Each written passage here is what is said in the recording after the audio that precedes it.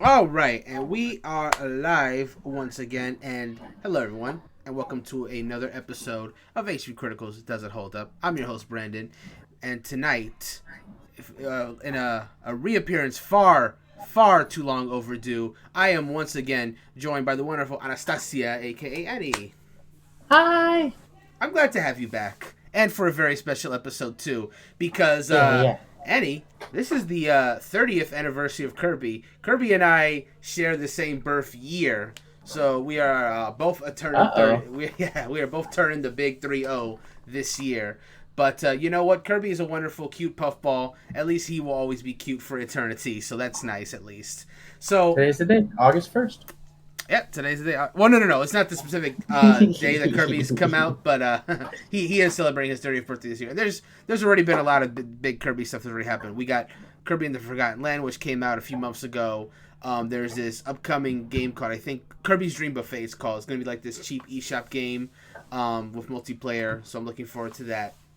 But one of the other things that has happened in Kirby's 30th birth year is that they're here on the Super Nintendo service. They just added, like I think only like about 2 weeks ago, Kirby's Avalanche to the service. But not only did they add Kirby's Avalanche, but a few months prior to that, they released these special versions of Kirby Superstar, Kirby's Dream Course, and Kirby's Dream Land 3. Now, all three of those games have already been on the service for a little while, and I've done episodes on each of them. I did Dreamland 3 and Dream Course with Jarrell on a previous episode, and I've done Superstar with Christy on a previous episode, so we've covered those. However, anyone who's familiar with the NSO service knows that on occasion, Nintendo will just drop special versions of these games on the service, and what the special versions are differs from game to game. But in the case of the Kirby games, you're essentially playing save state versions of those games that have more unlocked. So, Dreamland 3 this is a version of Dreamland 3 that has everything unlocked essentially. It's a version of Dreamland 3 that has a completed save file. With Dream Course, it's again honestly I think that's the same for all three of them. They just are all versions that have all those modes unlocked. So, you can go right to the end if you so choose. But of course, if you want to do it the traditional way and unlock everything yourself, the regular versions are still down and playable, so you guys can do that as well. But yeah, since we have done the original versions already, I figured the main focus of tonight's episode is going to be Kirby's Avalanche. That's the big game we're playing tonight. But I thought we could poke our heads a little bit into the special versions as well, just a few minutes each, and just get some little general impressions, see how they differ compared to the regular ones. Now, Annie, I wanted to ask you a question before. Oh, perfect, you're joining. Awesome. Now, what I wanted to ask you is, how how familiar are you with the three games that have these little special tags? Specifically, Dreamland 3, Dream Course, and Superstar. You ever played them? Know anything about them? Tell me your thoughts. I know of Kirby's Dream Course. That's Hmm. like the weird golf one, right? Yep, it's You have to the like Golf-esque golf spin-off. Kirby around. Yeah, it's a very interesting Um, game. and that's about it. I played the Kirby 64 with the crystal shards when like I Yeah. was really young. We like rented it from Blockbuster. Hmm. I played the heck out of that. And before that, when I was in like daycare and like preschool, um, we played a Kirby game on the Game Boy. Ooh, I wonder which one that would have been. I Was it think it black? was Was just it black and white? yeah. Okay, so it might 'Cause have been one I of think it the was on the Game Boy Color. old Game Boy games. But anyways, okay. I'm sure I can So find out. so those are the special versions, but the main focus we're playing is Kirby's Avalanche. Now, have you heard about this one? I haven't heard nothing about this one, but it has DDD on the cover, so like I'm hyped. Oh, Oh, this and then you told me this one's like the Puyo Puyo. yeah, that is the main reason why I had you on because I'll be perfectly honest with you. I'll be perfectly honest with you, Annie. I did not think they were going to add this onto the NSO service for two reasons. One, um, a much older episode that I had you on, we played Super Puyo Puyo 2 together. And I That's figured, true. because they put this import game on the service. It's like, oh, so maybe they're not intending to put Kirby's Avalanche there. Maybe that's the route they wanted to go instead. No, we just get both. I'm cool with getting both. That's all. More both is good. In the words of the Prince of Egypt, I think the movie is called. Got a new commenter saying QC Pat saying Kirby's Avalanche is dope. Agreed. You do got to be good at that Puyo Puyo though to like really get the most out of it, but it's a very enjoyable game. But yeah, Kirby's Avalanche is here. But the second reason why I didn't think it was going to get brought over is because this game actually didn't come out in Japan, despite it being, with Kirby. And the reason why they didn't do that is because Kirby's Avalanche was... The only reason this game exists today is because they wanted to sell Puyo Puyo in America, and they didn't have enough confidence in the super cutesy characters. It's the same thing they did with the game Panel de Pon that you and I have played previously. Yeah. They didn't have confidence that this puzzle game featured these cute fairy girls would sell well in America at the time. And they were probably right, if we're being perfectly frank. In the 90s... I think nowadays it might, though. Oh, yeah. Nowadays, people will buy pretty much anything as long as the gameplay is good. And that's why they've given it to us. And that's why they even gave us a chance with the original Super Puyo Puyo 2. But in the 90s, it just wouldn't have sold. So I understand why they made that decision right then. It was probably the correct financial decision. But hey, now we have both. So Kirby's Avalanche, all they did was take Puyo Puyo and reskin it to have Kirby characters so it would sell in America and Europe. And is this also like Mean Bean Machine? Yeah, it is also like Mean Bean Machine. Yeah, I like Mean Bean Machine. It has such a great soundtrack. Yeah, it really does. It's a fantastic soundtrack. QC Pat also says that's one of the only game I had. Those SNES games were expensive. That's also true. Some of them could be quite pricey. And now a lot of them have, unfortunately, resell pretty high. But, at least we have this NSO, even which... the GameCube sells really high? GameCube is really damaging. I'm really not a fan of how high those games' prices have gone. I'm really not. But, what can you do? By the way, fun fact. In Japan, there have been 4 games, regardless of what region you're in, there has been 4 Kirby games released for the Super Nintendo or aka Super Famicom. It's just different depending on region. All regions got Dreamland 3, Dream Course, and Superstar. But we got a different puzzle game than Japan. Japan actually got a game called Kirby Superstar Stacker, which did not come out in the West, and it still hasn't, which is basically a sequel to a Game Boy game that was called Kirby Star Stacker. So, just add Super there, and there you got a sequel. So, that's over there. Avalanche is still exclusive to us, I believe. So there you go. But now all 4 Kirby games on the SNES are here. You can play all 4 of them. I'm sorry, not 3, 4. They're all available, and we're gonna start with Avalanche. So not too much to say that hasn't already been said. It's Puyo Puyo with a Kirby skin over it. So there's some, shall we say, weirdness in this game. And by weirdness, I mean this is the only game canonically where Kirby speaks in full sentences. Now, oh no! Yeah, there is no voice there's no voice acting in this game, save for when the game loads, you just hear a woman's voice saying Kirby's Avalanche. Oh, and sometimes that same woman will say a few quotes, like if you're doing like really good combos. But other than that, there's no voice acting in the game. But yeah, as far as text is concerned, Kirby and all his friends and enemies are speaking in full sentences, and Kirby is like out here trash talking people in this game too. Oh, no. It's very out of character for the entire Kirby series, but it was basically them just trying to adapt Puyo Puyo as best they can with Kirby, and so they took some liberties with it, let's just say. So there you go. That's what this game is. We're gonna go ahead and get right into it. I'm gonna read the info real quick, and then we're gonna get playing. So, Kirby's Avalanche. Released in 95, number of players 2. Everyone's favorite round. Pink Hero takes a break from swallowing his enemies to put your brain to work in this fast-paced puzzle game. Players take control of Kirby and match wits with well-known enemies from the Kirby series, including his arch-rival King Dedede, heck yeah, in an effort to win the first annual Dreamland Avalanche competition. This simple... But, hold on. Actually, before I continue reading, the first annual Dreamland Avalanche competition. So there hasn't been any other Kirby's Avalanche game. So that's not an annual tradition, I guess, lasted too long, I guess. It's literally just the first one. They said they hated it. they said they hated it, and it's like, yeah, it's the first and only annual Dreamland Avalanche competition. Wrecked, wasted, or the GTA 5 terms. Anyways. Well, I mean, to be fair, I think there's only the one Mean Bean Machine too, right? So... Yeah, but here's the thing. Mean Bean Machine, Sega never did any other Mean Bean Machines, but Sonic Mania has like a little secret Easter egg where you can play like a little bit of Mean Bean Machine in the game, which is really dope. So and that game was made by like the by like an American team. So they seem to value They know Mean what's up. Machine. They know what's up. They know what's up. They value Mean Machine more than I think the Japanese studios of Sega do. So there you go. But anyway, the simple but addictive gameplay revolves around brightly colored blobs and boulders. When the right amount of matching blobs are stacked, they explode and rain down boulders in your opponent's field of play. Keep going until your screen is clear to move on to the next round. But be careful, the farther you advance, the faster the blobs fall, and the smarter the opponents get. Are you good enough to help Kirby become the Avalanche King? Man, that sounds like some shonen stuff right there. Kirby I feel like you're gonna beat my butt in this, just like you did in Puyo Puyo. Did I beat you? I feel like you beat me.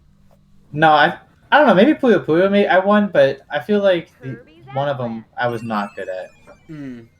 But yeah, the I developers... feel like you destroyed me at one of them. Here we go, Kirby's Avalanche.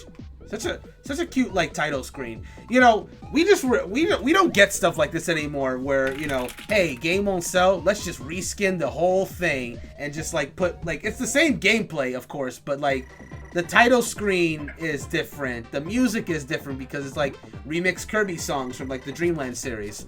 This whole UI has changed. Like the way it costs way more to make games now is where I'm getting at. So just like changing a game because it wouldn't sell well, I guess, is not financially doable anymore, basically. So if they don't think a game is gonna work over here, it just doesn't come out. It's just as simple as that. So it's crazy to think that this game is like this, and I think Tetris Attack as well as Pokemon Puzzle League are historical curiosities, just because of the fact that they're just reskinned so they could work here. But yeah, that's our tutorial. We know what we're doing. We're Puyo Puyo. Maybe veterans is a harsh word, but we know what we're doing, kind of. Now I remember when we were playing Super Puyo Puyo. Once we locked ourselves into the settings, we couldn't get out. You had to reset the whole game just to get out. Oh my goodness, yeah, I remember that. And that was, unfortunately, seems to be a hallmark of SNES puzzle games, because on the Panel de Pon episode, we also couldn't get out. We had to, like, I don't know why the puzzle game's just like, no, you ain't leaving. I'm just glad that's something that they got rid of. Anyway, versus com level. We're gonna it was Panel de Pon that you beat my butt at. That's what it was. Oh yeah, I do mess with Panel de Pon a lot. But Puyo the Puyo is definitely more your speed. Face back. I don't know what that means. Oh, I know what that means. It's just like if you want him. Oh, got it. Sampling. I don't know what that means. I mean, I have an idea of what I think it means. I could be entirely wrong though. How far? If that's a standard. Oh my God! How 15 game match, man? If you really want to run the gamut with a friend, you could do that. It seems. I think 3 sounds good for that. Yeah. All right, and we're gonna hit exit. Kirby's Avalanche. There's something charming about that voice that just says Kirby's Avalanche. What's your picture on the Switch? Your little avatar. Oh, that cute little guy. He's from Super Mario Odyssey. Yeah, they have that cool thing on the Nintendo Switch Online where you can just like get like these like cool custom icons, like if you use your like platinum points. So I have so many platinum points, so I just like I'm constantly changing my icons. So that's my cute little guy, at least for today. Tomorrow, like me on Steam. Hey, Ganondorf is cool. Ganondorf, I do like Ganondorf. That's a classic. Let's see, competition and one play. You know what? We are going to take a look at the competition mode because I do want you to see it. But let's go ahead and start with some versus matches, you and me. Let's go ahead and see how that goes. Yeah. Oh, I love how the difficulty is like set to like peppers, like mild. Cajun. Cajun is the hottest. We'll get there. I want to start with a little. We'll start mild first, and then we'll mess around with the. I love that it's called the highest one is Cajun. That's so cute.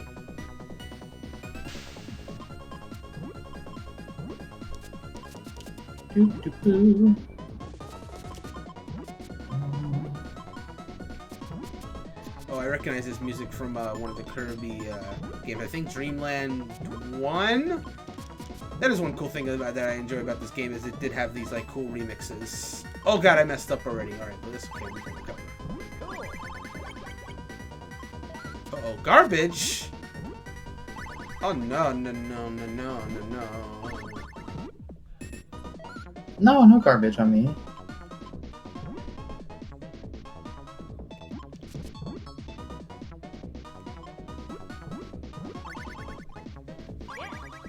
Ooh, first combo.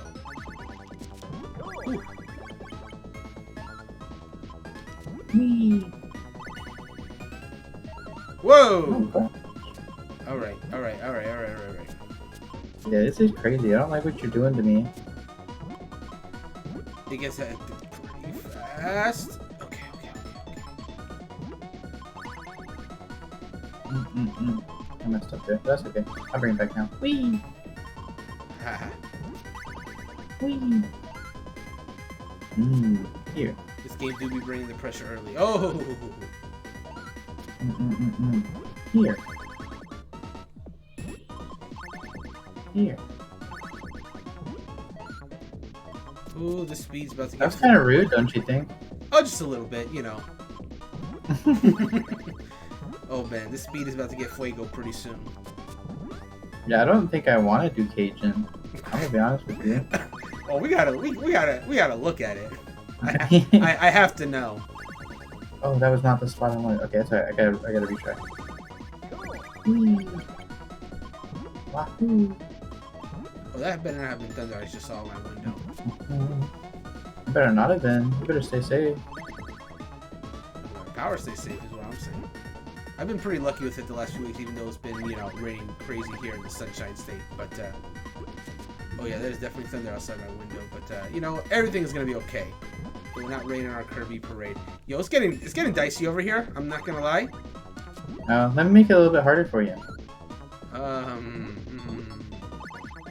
Whee! Dude! Oh! Oh, this speed. Oh, this, oh! Oh, Jesus! I need red. That was not the spot I wanted you, but okay. Again, I am playing myself here. That should be fine. You're playing yourself? You? You? That should be fine. Okay. Oh, I see trash coming. Please no. Oh, yep, there goes the trash.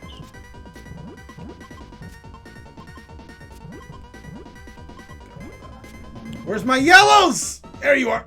Okay.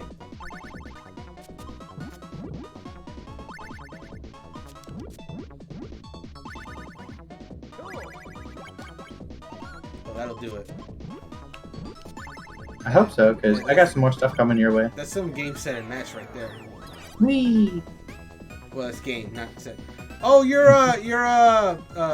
Poppy Brother Jr. Oh, we can do it now. Let's for match 2. Let's do spicy. Spicy. I'm gonna lose now. Oh my goodness, this is way different.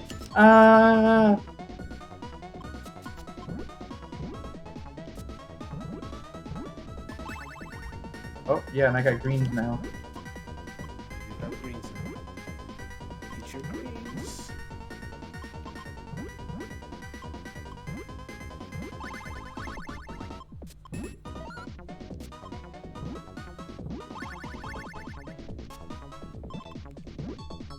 Whoa! Ah! No! Whee! Okay. No. Okay, that's where I wanted to go. No!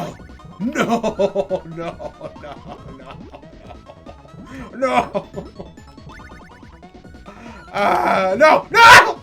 It's over.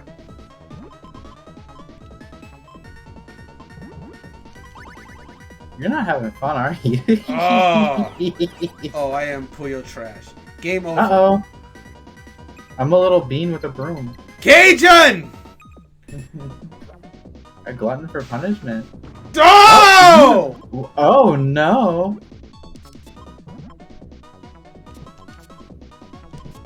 No.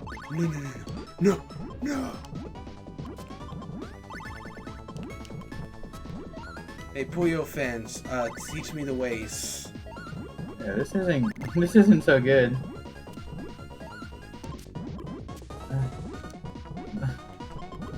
This might be the one where I lose on it. I don't know.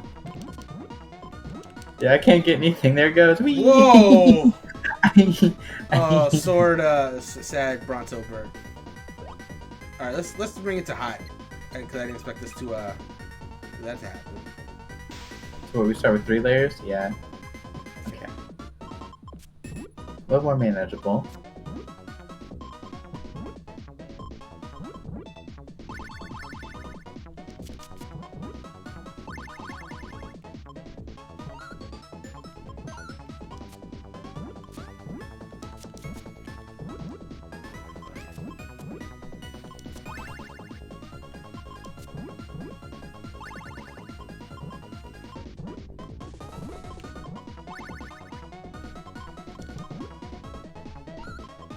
I feel like compared to like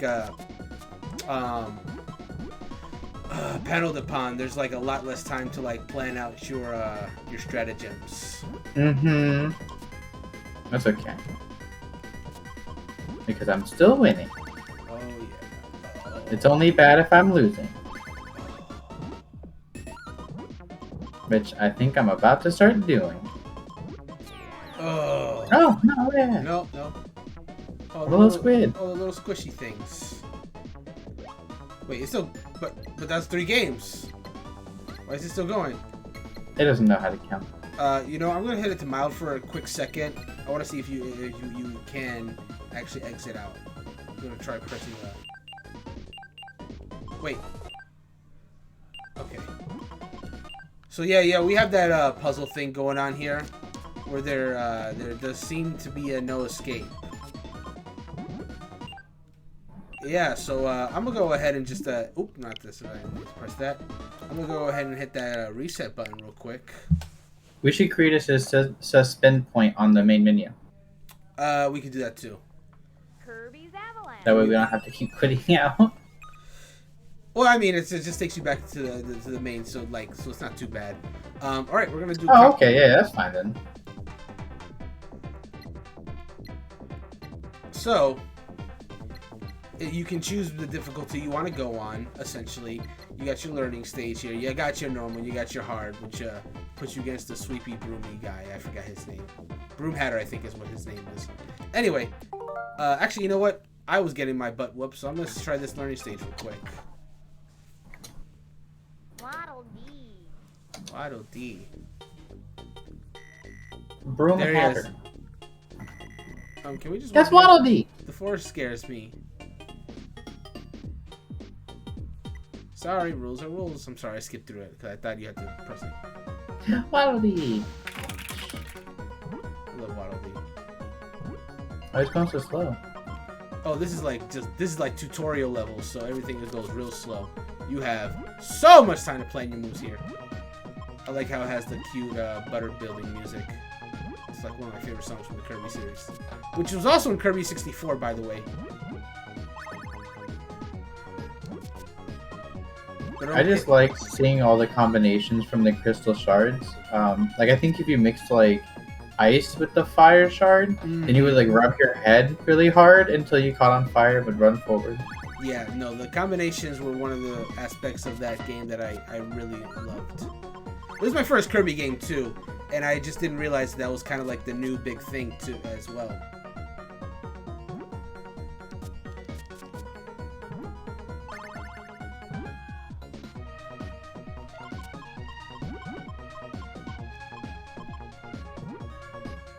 I've been killing it though. What's Kirby doing? My goodness. Yeah, he's out here doing some dances. Like they should have used they reused the sprites from like the past games, but I'm with it. It's a clever way to go about it. I mean, save money where you can. Right. It's hard out here.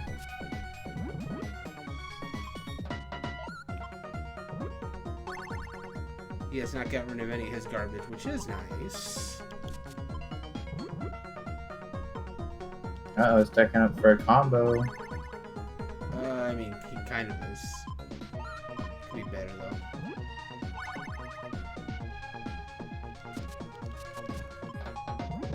I like that it highlights where to put it to on the tutorial. It's like, hey, you've already got a 3-stack here. Yep. That's a really good learning tool, I think. It doesn't outright tell you, but like you figure it out as you go. Also, I just noticed that under the big like next, there's like the names and it's like Kirby and Wade. Yeah, there wasn't quite enough characters, so they just called him Wade, which is funny. Kirby, it's his full name, and then we just got Wade. Yeah. Oh boy, wait till you see some of the other characters in this game. What they have to do to get their names to fit in. I think Meta Knight is literally. I think Meta Knight is literally just known as Meta or something.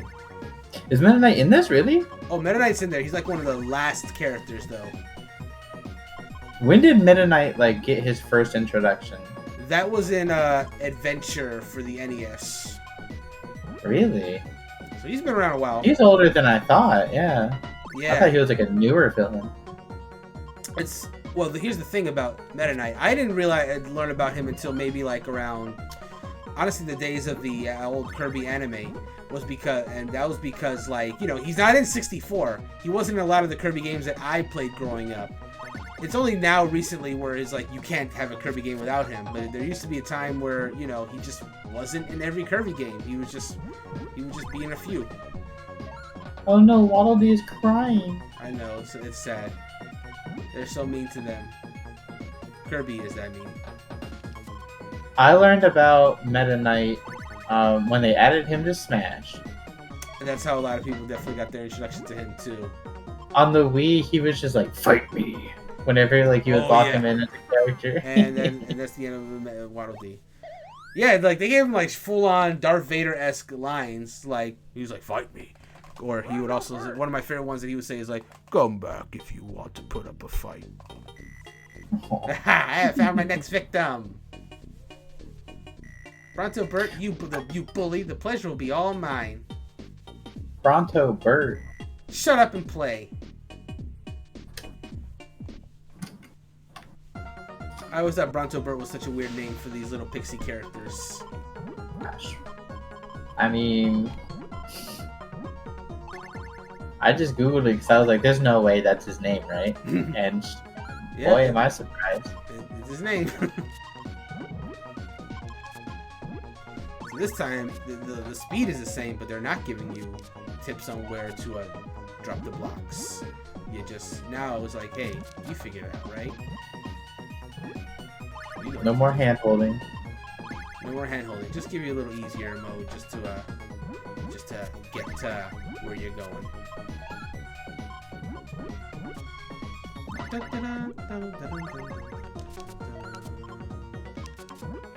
Actually, garbage gone. Hey, Bronto Burt, I don't know about that stack you're building over there. Doesn't look too safe. He's got a plan. They. I'm gonna call Bronto Burt a nice day because I actually don't know. Ooh, that is a lot of garbage that they just dropped on me.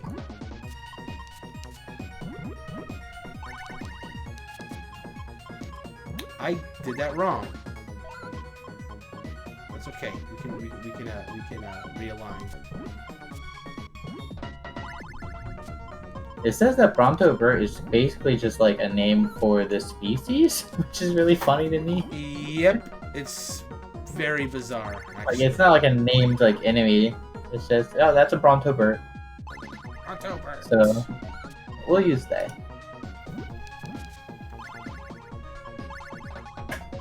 Hey, look at that trash just disappeared. We're getting there. Bronto, he's hanging in there. They're surviving. Maybe not necessarily thriving, but they're surviving. Look, see, they clear out more trash. Uh-oh. You got this. You know where to put it? Yeah, perfect. You got this. What do you know to do? Yes. Don't do it, yes. Come on, Bronto, you got this. Just go straight down. Yes. Bronto Burt getting with the combo. I won't let it. I'm doing a combo myself. Dang, you both got hit with the trash. I'm going to survive this. Come on, come on. This is a real trial by fire that we got going on here. My limb is doing it. They're survived. They are about to be eliminated.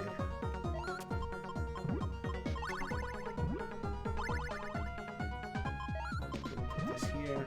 They seem a little indecisive, like as it's coming down, but they always make the right decision right at the end. That seems to be the gimmick of this stage.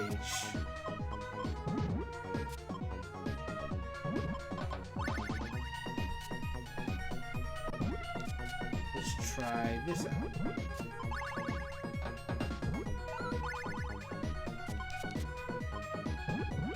I think we can make a combo here if I'm careful. Not quite what I was going for, but I'll make this work. Yeah, no. Oh, no.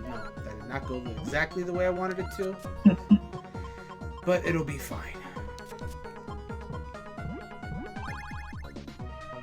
I hope. Well, that definitely didn't go the way I wanted to, but I will fix it with this.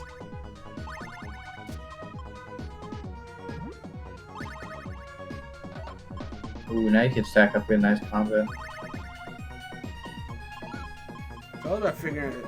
Like it really is kind of like a trial by fire, because you have to like learn by doing what's the best moves you could be making, and then and only then will you be like ready to do the speed. Ooh, combo! There it is. Whee! Hooray! Uh-oh.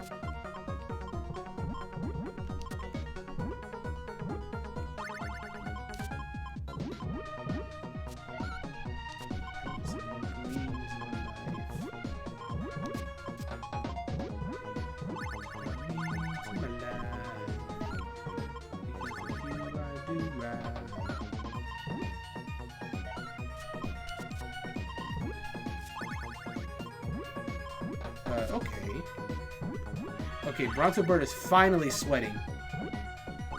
Not anymore. Darn. I thought I had them on the ropes. Now I'm the one getting roped and dumped. Oh, here it goes. Whee! Bronto Bird's hanging in there. They're killing it, crushing it. Why is this the second level boss? It is like I am getting fought with. Like, this is not Slaughter Con. This is straight up. This is a fight.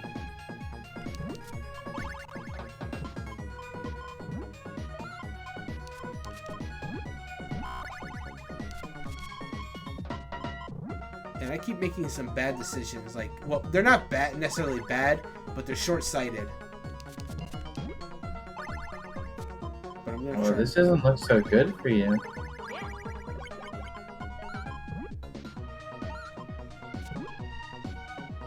Did they just smile at them getting rid of their trash? That's what I thought I saw. I could be imagining it though. Okay, hang on. Oh, hit you with the combo. Maybe I'm just bad at this game.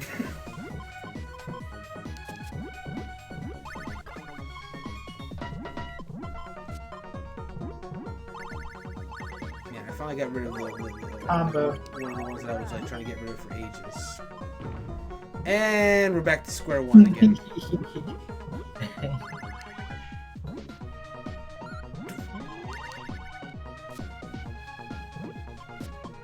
Oh, Bronto Bird is just smiling now. Like they know they got this in the bag. Yeah, look at them. Tired of it. Oh my god, I keep getting the wrong. No. I'm tired of adjusting to these blocks. Oh, it's too late now.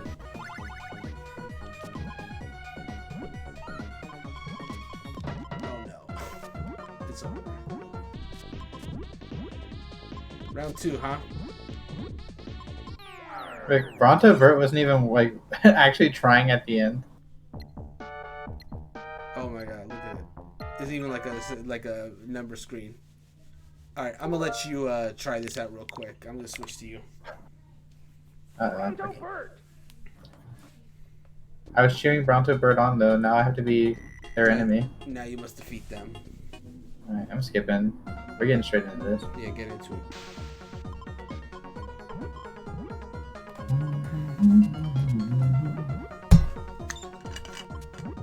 And their name is like Bronn. Just reminds me of Game of Thrones, like Sir Bronn. Fun fact, I never finished that show. I heard that the ending was really bad and that people were really upset, and I was like, oh, thank you for letting me know. Now I will not waste my time. Yeah, final season was great. It was a good ride, but yeah, no, that final season disappointed. And here's the thing. Without going into to outright spoilers, I don't want to spoil Game of Thrones to people who are just watching the stream. I don't necessarily think all the decisions made in that final season were bad. I just think, for no reason, they decided to rush things. Like, most, actually maybe most is kind. I'll say about half of the decisions made in that final season could have been great if it was better spread out. That's all.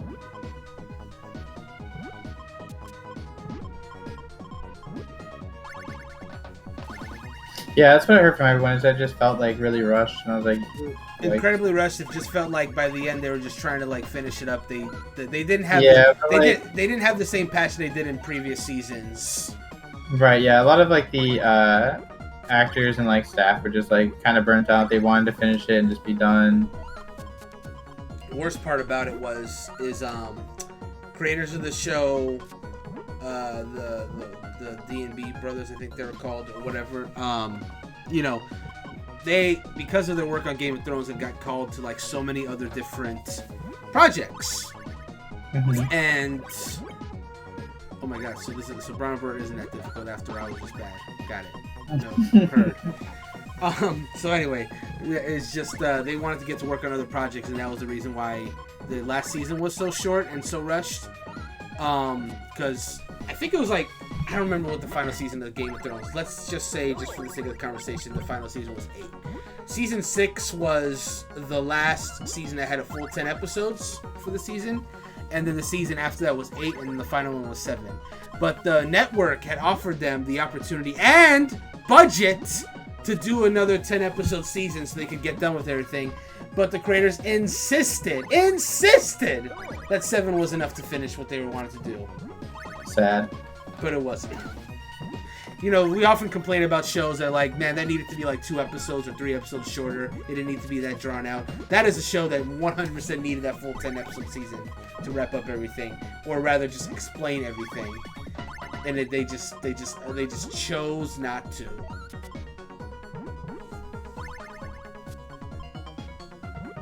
Because they just wanted to move on. And it's a shame. I can kind of get behind that. I also want to move on a lot of times and just not look back. Yeah. I mean, I imagine they certainly don't want to look back now. I also heard that like George R.R. Martin was like, yeah, we're gonna change like a lot of things. So I was like, yeah, that's probably for the best. You know, when he actually writes the book, I'm sure he'll have plenty of opportunity to change what he didn't personally like about that story. But you know, he actually has to do that. That's all. Because really, the reason why the final few seasons of Game of Thrones ended the way they did was because there was no basis. Like, they adapted the books as far as they could. The funniest meme that I saw like after the final season was, now the mainstream audiences know the pain of when the anime catches up to the manga. Right. It was so true. It was so true. Speaking of, I have been cruising through Bleach. I am almost done with it. Yeah, I know. I've been seeing that progress. It's very impressive. I'm at the Soul Society arc, so I'm still pretty early. I'm not even triple digits yet. It's been busy out here, but I am reading faster than I was previously because it was snail's pace for a while, and that's because I gotta be perfectly frank. Very early Bleach is kind of boring. It didn't really start hitting me until the Soul Society arc, and that's when my speed increased a little bit. Yeah, that is some thunder outside my window. So, forewarning, if anything should happen, if I should, you know, go quiet, I will be back like shortly, just to whoever is watching. What is going on with this fight, man? You've been killing it way harder than I have, and Barno Bird is still not faltering. How is this the lesson? How is this the lesson mode? Barno Bird is a little rude guy. It always puts it like right where I don't want them to drop like these little beans.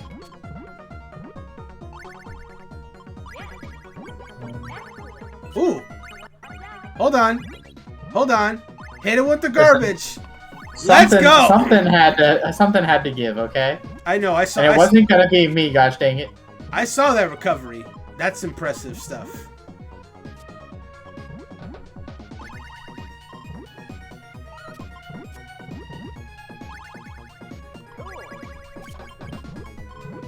Oh, here comes some more. Connect that up.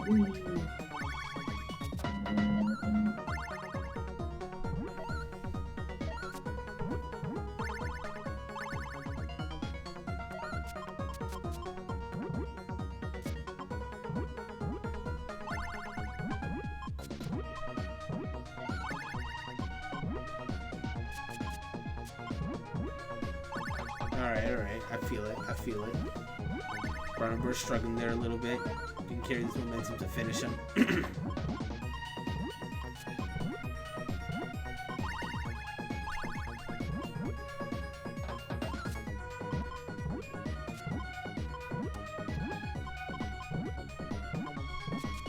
I see what's going on. Nice. Ooh, wrecked.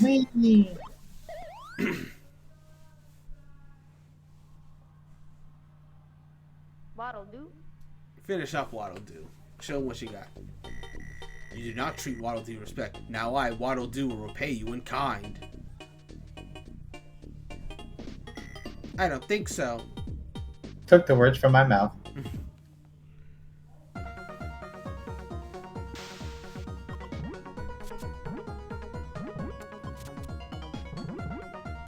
When Waddle Doo's eyes sparkle, it almost gives me like impressions of like that it's about to cry or something. Right. You son of a gun. I used to be terrified of Waddle Doos because, again, my first Kirby game was 64. And in that game, what they do with Waddle Dee is weird. Because, you know, Waddle Dee is like one of your buddies in 64. And in the first level of that game, when Waddle Dee gets possessed by the dark matter, it becomes a Waddle Doo. So I was under the impression, oh no, it became that because it was possessed. And then I just saw Waddle Doo as just a regular enemy in later games, like, wait, that's weird now. Why did it just transform into a different species because it got possessed? They messed up the canon on you. Yeah, and as a result, I was like, oh no, Waddle Doo's it's like evil, but like it's not that bad. And then the Kirby anime confused me even more because like the Waddle Dees were like the regular foot soldiers for DDD's castle, and Waddle Doo was like the captain of the guard. And for whatever reason, they gave Waddle Doo, like, even though it was like the captain of the guard, like this weird New Yorkin accent. It's like, the boss tells me that Kirby is getting into the castle. I'm like, what? For Waddle Doo, like, why? The voices 4Kids in general just gave like characters like the craziest accents. Like they made Meta Knight have the Zoro voice. And which is crazy because he was voiced by the same guy that voiced Brock in the original Devil Pokemon. But he just had him like speak with like a Spain accent to be like Zoro. I'm like, okay, that's a choice. And then King DDD had like a sudden drawl whenever he spoke. Like in the intro of every single episode of Kirby Return right back at you. DD's like, I need a monster to club with that there Kirby. Oh man, DD. That's why it's like Cajun style for the difficulty. Yeah, if you can make it to King DDD's level, he'll be in pure Cajun mode. Oh man. Yeah, I need a yellow. And a blue. Yeah, and then a red. Perfect. Wait, no, that was not perfect. I lied. It might get perfect eventually. What is going on with this? This is only level 3. It's already... Oh, you're fine. You're fine though. Hit do with the garbage.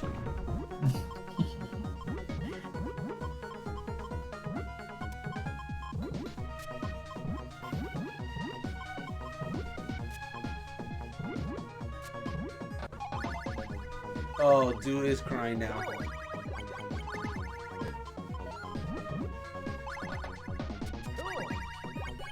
Uh-oh. This isn't good. No, stop that. That's mean. That's very mean.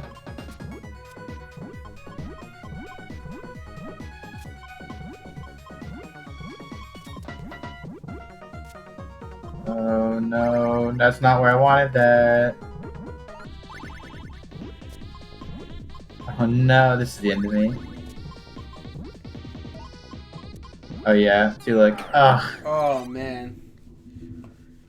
It's gonna be a Michelangelo from me. Oh boy, hold on real quick. I'm going to make that suspend point that you were talking about earlier. But I am going to go ahead and copy there because we still got 3 other games that we need to take a quick look at. So let's go ahead and talk about Kirby's Avalanche real quick.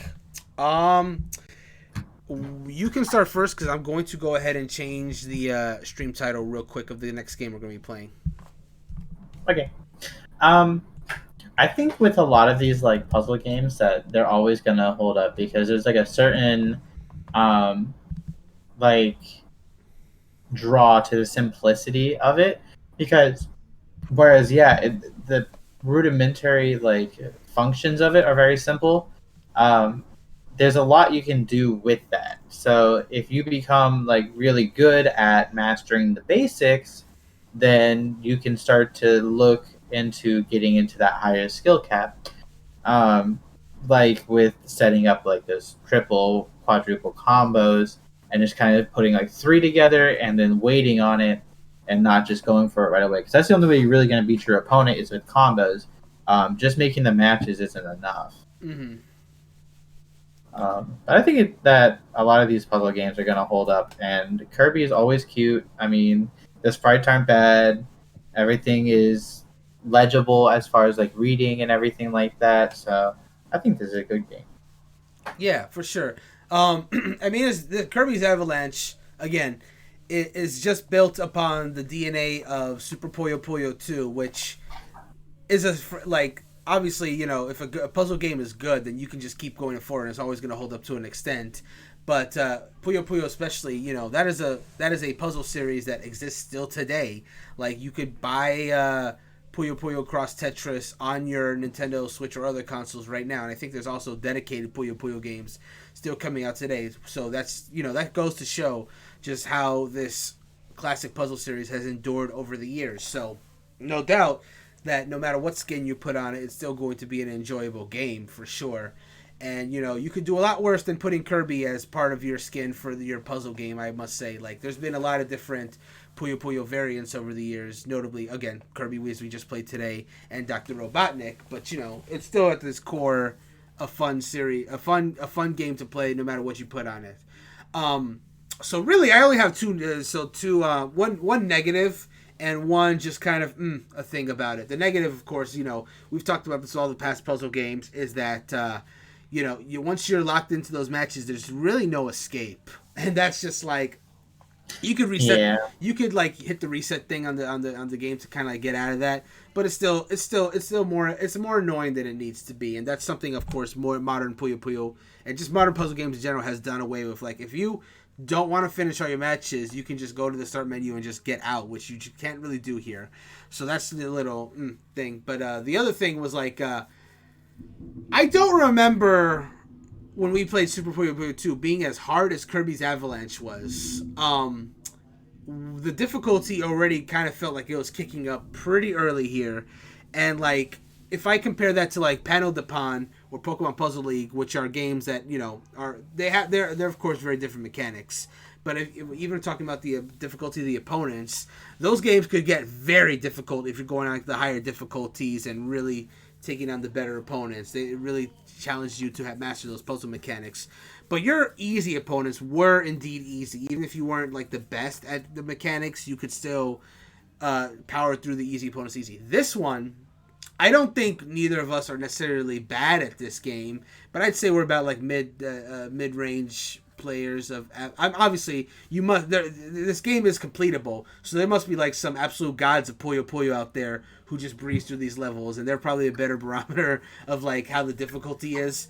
But even speaking to what we did, like we couldn't even get past the quote tutorial segment. So this game is just a little difficult, I must say.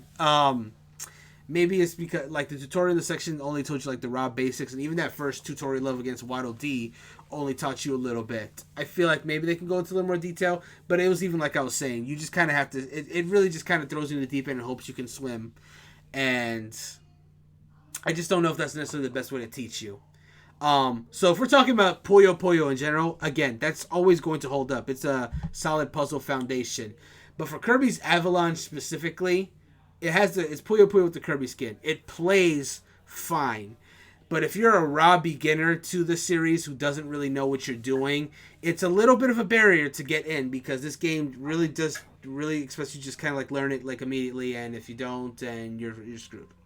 So, if it seems like a puzzle game that you'd be interested in yourself, I would say either play one of the more recent ones that gives you a more better tutorial, or you can just look up online videos to like get a better sense of how to play the game if it's just not clicking with you right away.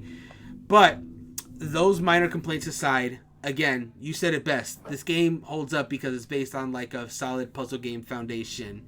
It's just a little rougher because it's one of the older ones, and that's pretty much it, honestly. Any other thoughts about Kirby's Avalanche before we move on? Yeah, I actually do want to see like DDD and like what difficulty he is at some point. You know, Because I feel like yeah, go ahead. I feel like he probably is like the hardest. Yeah, he's right there on the cover, so obviously he's in the game. I'm sure he's like the final opponent. Only reason I know why that's about some of the opponents that are in the game is because I've seen some screenshots here and there. I've seen people go up against Meta Knight. I've seen some people go up against the Broom Hatter, which we saw on the title screen. I haven't seen much screenshots of DDD, so I'm sure he must be an absolute beast in this game. So, but I'm hoping that they eventually do a special version of this game as well, so we could just play those later levels and just see how much of a gap there is, honestly, and just see DDD in action. But hey, yeah. So evidently this was also released in Europe as Kirby's Ghost Trap. Ghost Trap, interesting. I knew this game got released in Europe, but I didn't realize it had a different title. That's interesting. So I guess like the little balls are supposed to be like ghosts, which is strange. I can kind of see it. They're very interesting creatures, the Puyos, but yeah, if you want to call them ghosts, that's one thing you could do, for sure. But anywho, speaking of special versions, we're going to go ahead and move on to our trio special games. Now, we're not going to spend a whole lot of time on each one, because again, I have done previous episodes on them, but it's mainly, there's going to be two-fold thing, because Annie, you said you haven't really played any of these games yourself, so for the purposes of these little playthroughs, I'm going to give you like a little bit to play of the game itself, so you can get an idea of it, and then for my part, I'm going to try the new stuff that's unlocked that you wouldn't ordinarily be able to access without going through the game yourself, so I can kind of give these games like think of it as a second opinion, essentially, on the initial episodes. So we're going to start with Dream Course Special. So, Kirby's Dream Course, dance along with Kirby. Think you can copy Kirby's moves? In this special version of Kirby's Dream Course, all the secret modes have been unlocked. With everything opened up, you have a few different options available you can choose from that aren't otherwise available. These new options include Play Extra Course, both under one play game and under two play game, Normal Course and Extra Course under Map Select, and even the Dance Select option inside Saurum. It's time to dance. Well, we gotta check this out now. We'd be dancing. We do be dancing. So let's go ahead and get right into it. So I have more information about Kirby's Avalanche. Oh, tell me. So King DDD challenged Kirby and all the other members to his competition. And so that does make him the final boss, and it's at the Fountain of Dreams. I see. At the fountain. Oh, that's a good place to have it, actually. I want to see what this dance select is. Two-player dance? Yeah, let's go right into it. All right, let's try dance one first to see what this is.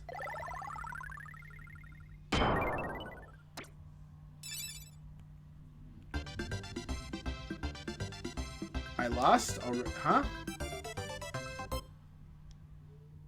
I have no idea how. Better luck next time.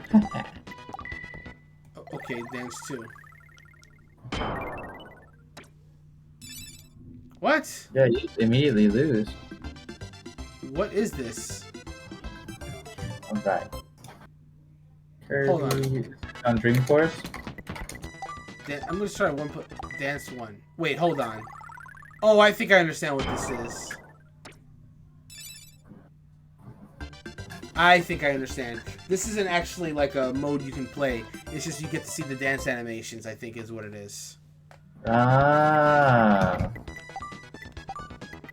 Draw, dance. I want to see what that is now. Oh, draw, if you have an actual draw. Oh, we danced together then. That's so cute. Oh my goodness. Well, shoot. Now I never want to beat you. I want to just draw with you every single time. That's adorable. Anyway, let's, I want to get you a demo play, actually. Let's look at this real quick. Oh, yeah, everything is unlocked. You can try out all the mechanics. So, I want you to take a look at, the first row on the top so you can get an idea of how this game plays. And then we'll try some of those special things out. That's just a man's face. Yeah. Kaboo is an interesting one.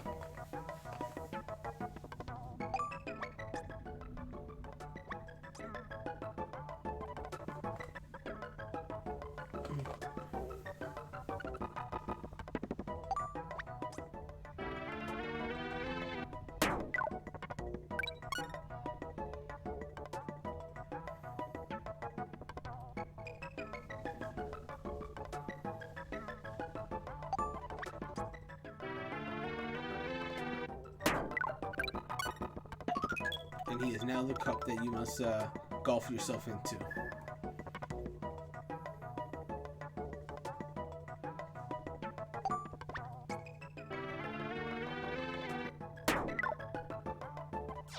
Shoo.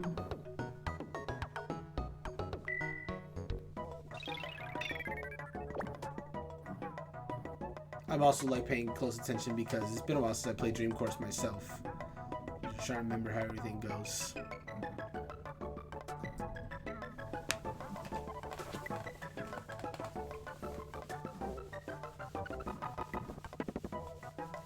I know there's some people that like really love Dream Course.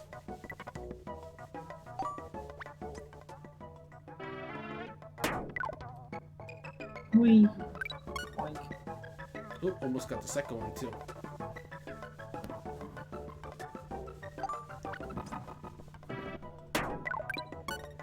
I don't know if I am playing. Are you not? I think it's just a video. I'm gonna press nothing. I'm gonna see what happens. Yeah, I'm not doing nothing. Oh. Man, that felt really good though. Whee, you can take back control. Okay. I think I understand. Okay. Let's try a 2-player. Play extra course. Ooh, look at these boss courses we got going on here. Wispy Woods, Mr. Shiny, Mr. Gordo! Gordo is a boss? I love Gordo. Let's try Gordo then. In Smash Brawl, Yes. DDD's side B, like his side special, would sometimes be a Waddle Dee. Yeah. But then they changed it in Only Smash Gordos. for only Gordos. How do you feel about that change, by the way?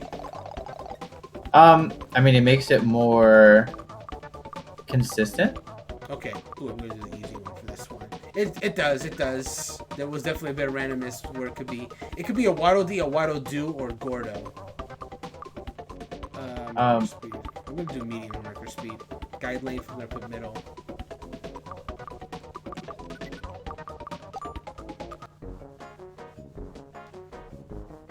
When I like go and play Smash with people that I don't really know, Uh-huh. I start with DDD because like if I get my butt kicked, like DDD's a meme, it's fine. Uh-huh. But if I beat their butts, then I know that like I'm better than them, so like I can just play whatever I want. That's a good way to go about it. You are first. Oh hey, I am first. Yes. Today's the day, August 1st. I'm going for this man. We're going digital. Let's go get digital.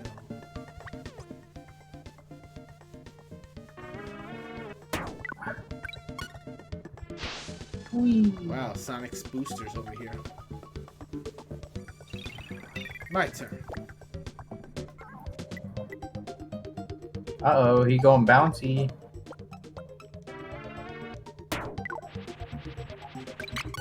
Oh my goodness, look at you go. I didn't mean to do the bounce, but I forgot that was the thing that I could do. Alright, now how do the bounce? I think you pressed up on the D-pad. Up on the D-pad. Yeah, now you got some bounce going on there. Bounce action going.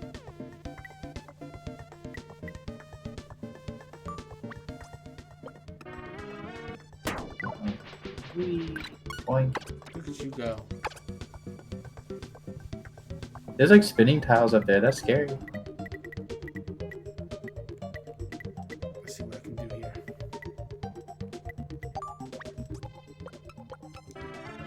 Oh, Bounce. you got it. Ooh. Ooh. I think it's a railing on that side, so you're fine. Okay.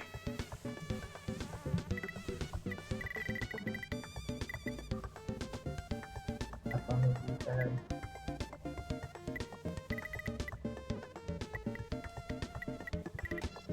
I see Mr. Gordo hanging out on the top over there.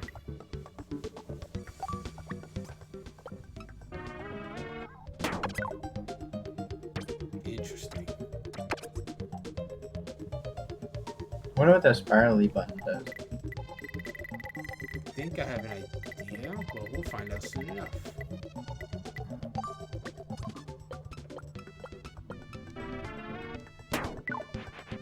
I'll show you, Kaboo. I didn't show Uh-oh. him. Oh, I almost showed him, but I didn't show him actually.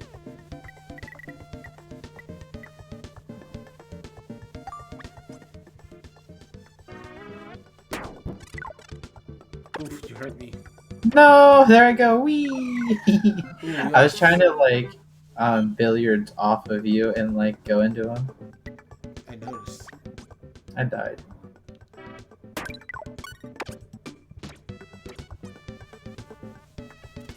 I think as long as you take out at least one enemy, you keep a pip of health.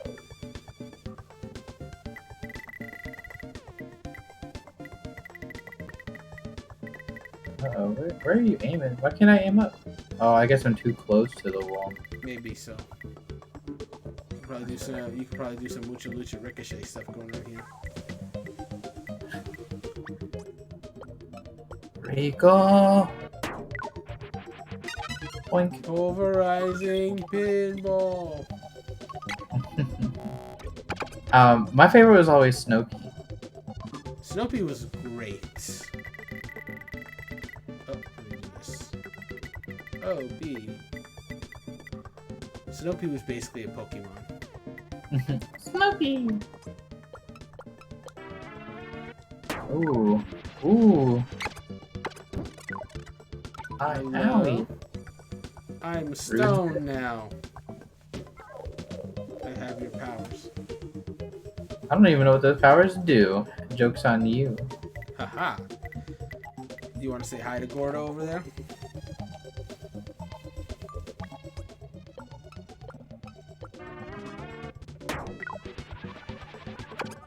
Oh, I didn't make it. No. I made myself dizzy, I think. Oh no. Let me see what This is terrible. let me see what my stone power will get me.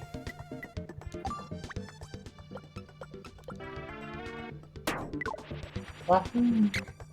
No! Get you off. You got lower than I did. Oh my god! Straight up game over theme.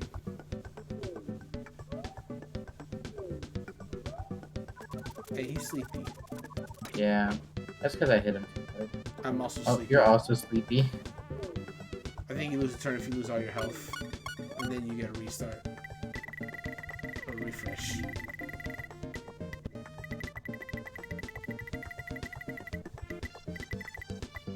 You think I can make it up here? Hey, anything's possible. Surely that's way too high, right?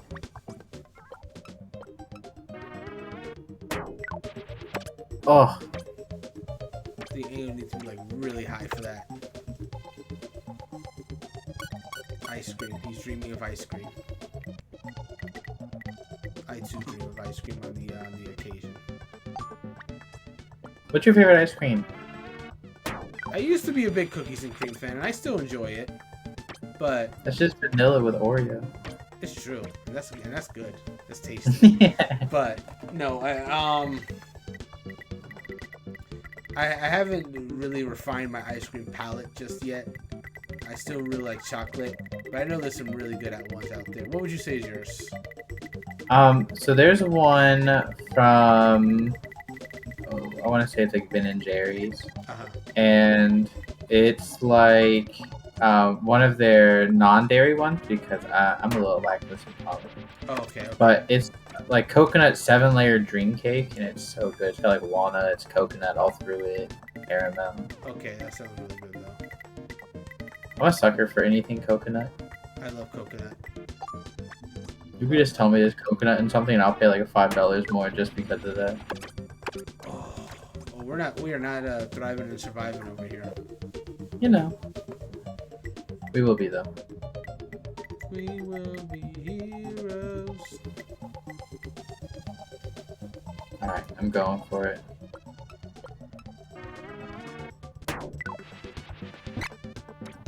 Wait. Oh, that's it. That's it. You just gotta like give it a little love tap next turn. I'm so scared.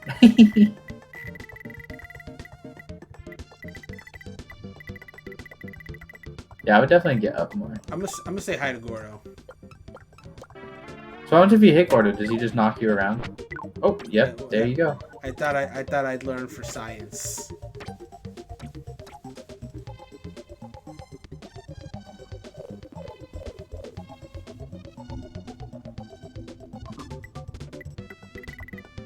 Yeah, that should be good. You should just tap it a little, I think. Oh, a little too much. Here we go, Let's- quick on that one. Well, I'm gonna take a quick nap. Oh, real cake. quick. You can go ahead and finish Yeah, this I think up. I'm also about to take a nap. Yep, there we go. Wee, candy, little bonbons.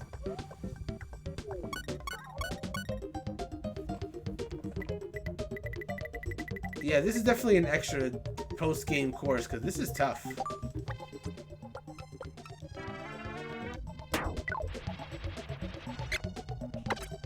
Ooh, that's a nice bounce. Oh, well, never mind.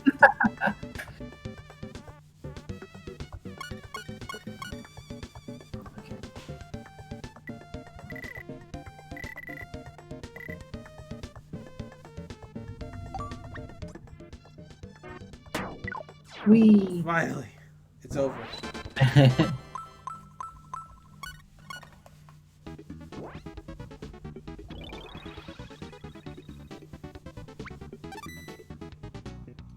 Gordo course. So every course has Gordos. I mean, every ball in this.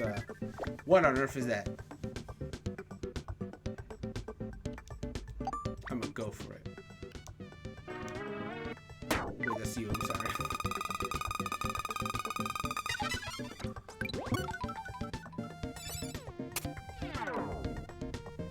Damn. Don't touch me. I'm spiky. I will go for that Kaboo over there instead. If I can actually hit him.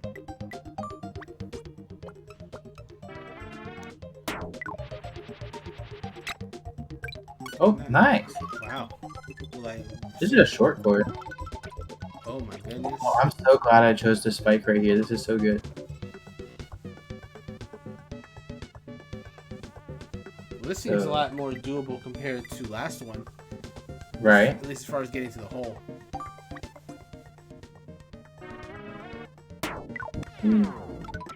Oh.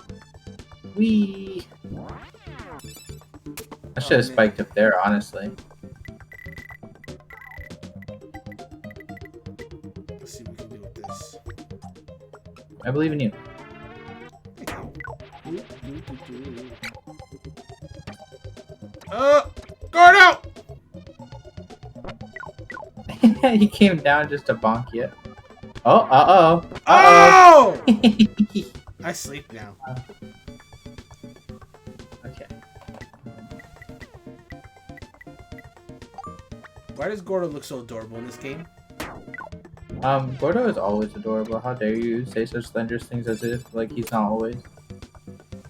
I must sadly disagree, but at least we can agree in this game that Gordo does look quite adorable. Oh, you're napping. Yeah, I lost all my health. Wee. Oh, wee. That's a love tap. Oh, now I'm in your way. How you gonna get in there, bud? Billiards. You gonna hop over me? I'm gonna play You gonna shove me in? Oh, Ha! Now neither of us go. you little rat.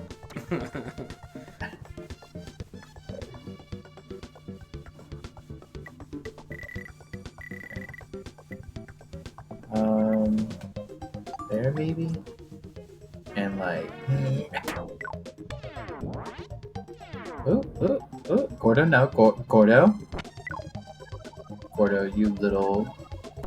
meanie. Wait! Oh, thank you, Gordo. See? That's what you get for not calling Gordo cute. I said he was cute in this game. Yeah, Gordo's cute all the time. Dang. Oh, man. Gordo just loves me more.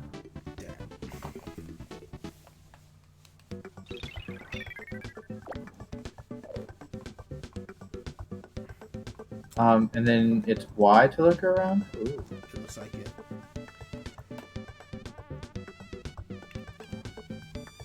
Okay, do you know how to add curve? No. There's a tutorial on that, but I don't remember it. Let me... Oh, I think you found something, though.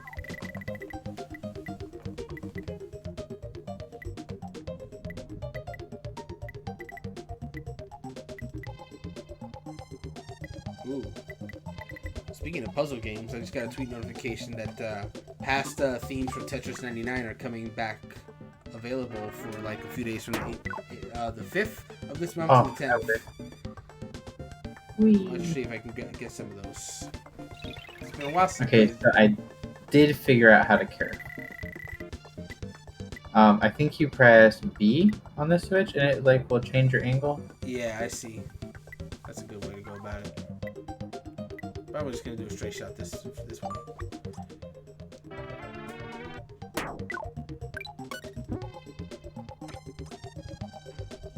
Hop into that vent. Not bad. That was a decent shot.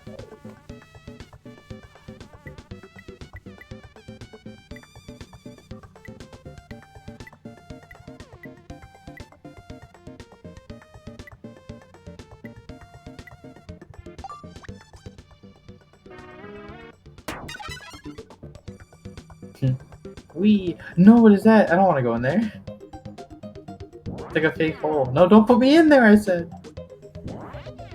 Oh, there's like a vent bouncing me around. Why would they put that at the bottom here? I'm just never gonna stop. Okay. Let's see. I'm going to see if I can. Let me try this.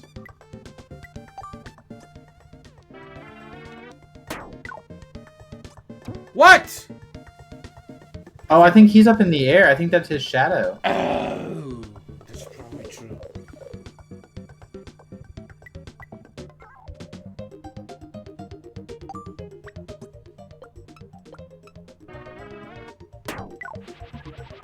Oh, I came close. Oh, thank you, Gordo.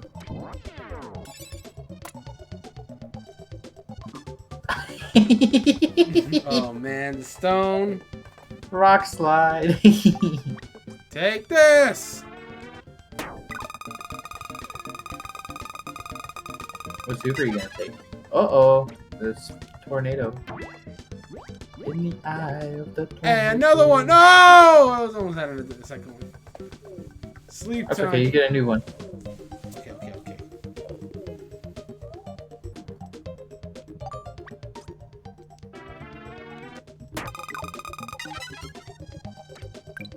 I am a rock. Oh, look at that. We send him back to Earth.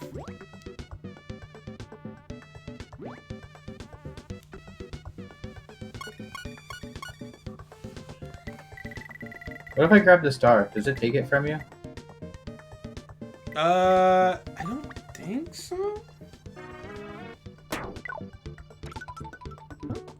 Yeah, I guess it does actually. There's some hidden mechanics in here that I'm not even aware of. Oh god, Gordo's the next one. Run. No, get away.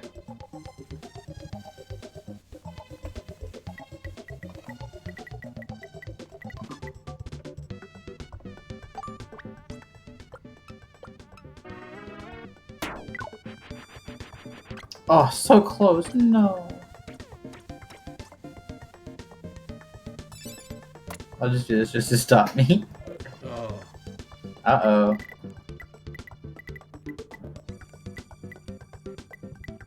Let's try this. Ah! That's a tough one to get to, actually.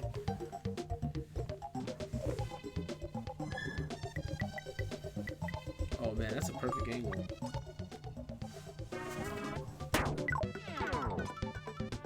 There it is. Oh my goodness.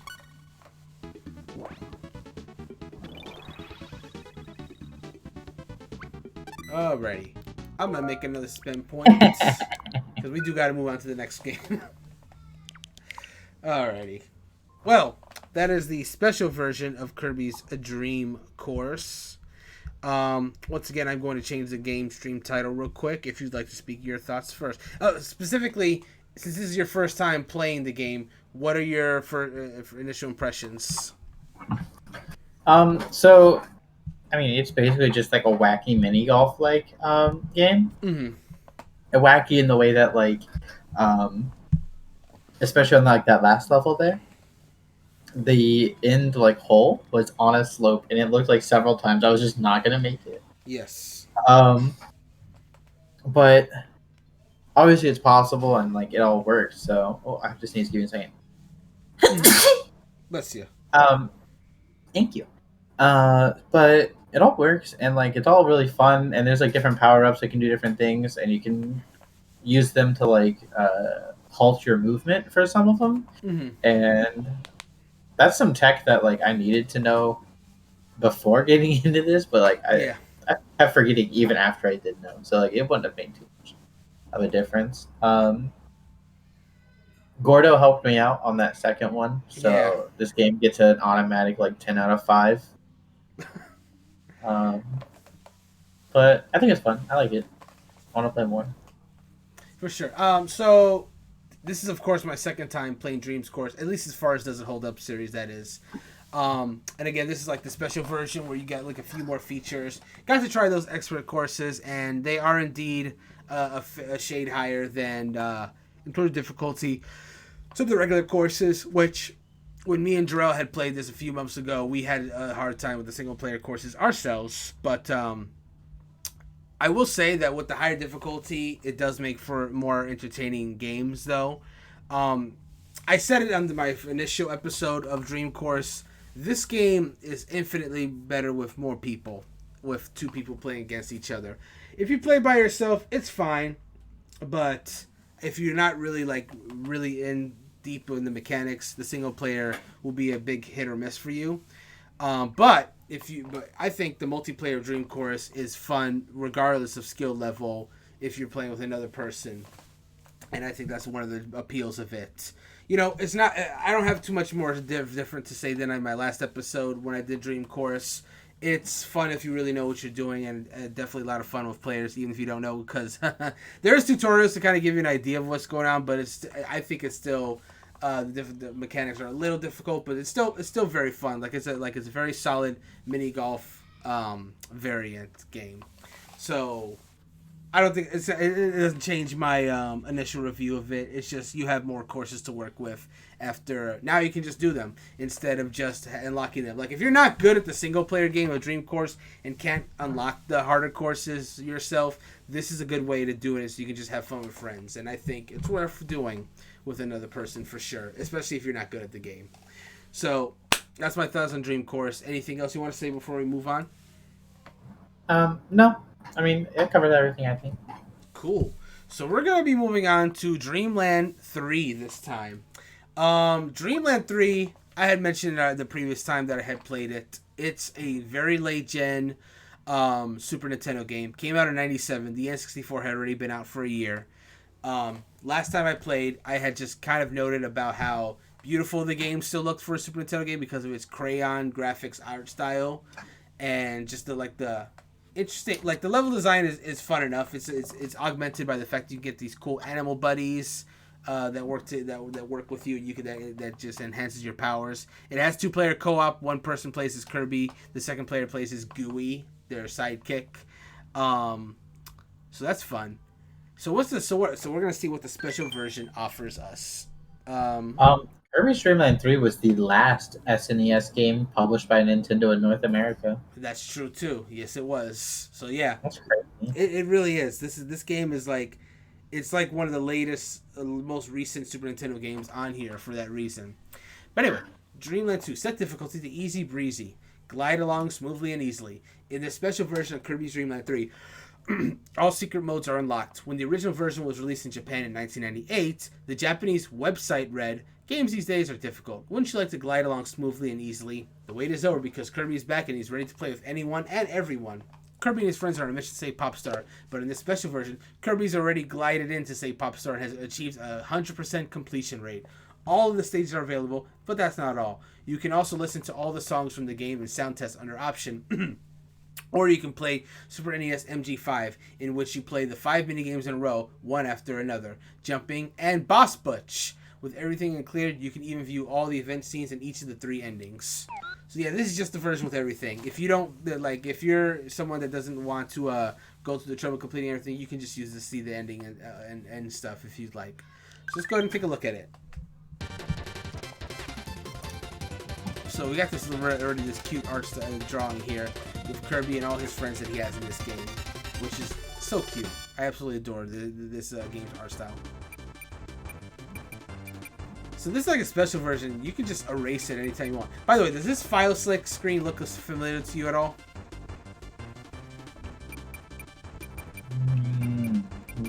Kinda. So it's interesting for us doing it backwards, but Kirby 64's menu was based off this one. So you're basically looking at like a nice little 16 version of that same menu. So it's interesting going to see how it kind of like developed from it. Excluding the file select, I think is like the same font color. So these are the different options you have here. You got your sound test, which again is something that would ordinarily only be unlocked once you have finished the game. You got the minigame mode, which is Super NES MG5. You can just play all the minigames in quick succession. Oh, look at them. Oh, you got it. I have to guess which one it was. I got it wrong. That was the incorrect order. Uh-oh, you lose. So these minigames would ordinarily be done... Oh, here we go. The EO time.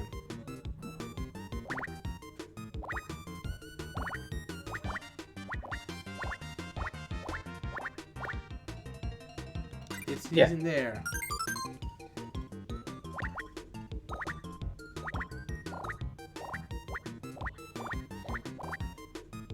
I think it's like second to the right. Yeah.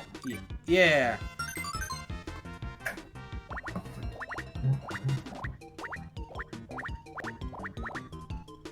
Second from the right. Yeah. Next minigame. And we crushed that one. Oh yeah. Oh, I didn't do this one.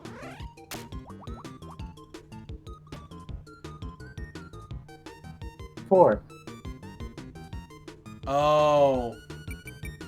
That's what you have to do.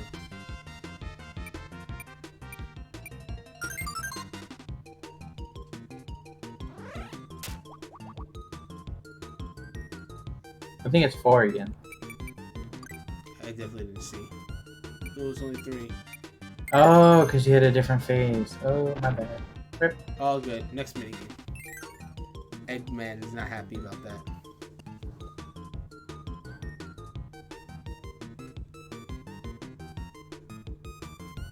Ooh, Oh, goodness. I wasn't counting the blue ones. Yeah, I counted the yellows and the reds. There's a lot, though. I want to say... I was going to say 7. Darn.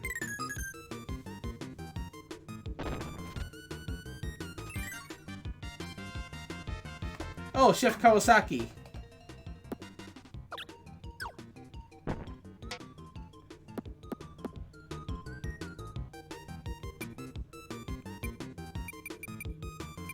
Yeah. What? I didn't get that one. Oh, he's so sad. Yeah, I don't understand that one. Kirby, Streamland 3. Manny. So there you go. That's basically going through all the mini games in one go. Let's see what the J is. Jumping. Just lets you jump with the characters. Let's see. Oh, I get it. You're trying to get like the best score, so you don't want to land on the tick. And I landed right on him. Awesome. Oof. Yikes.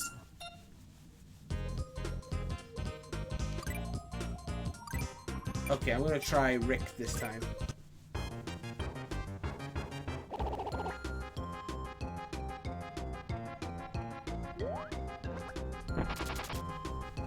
See, alright, so how many times you can do it?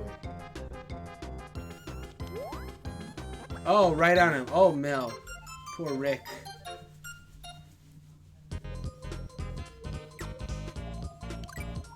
Alright, I'm gonna try kind this time.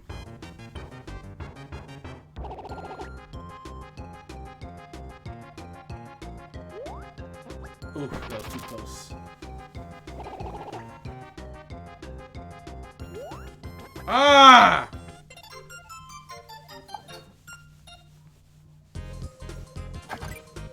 Okay. Oops, I didn't mean to do that. I don't want to do necessarily every single one of them. Let me do Nago to finish off.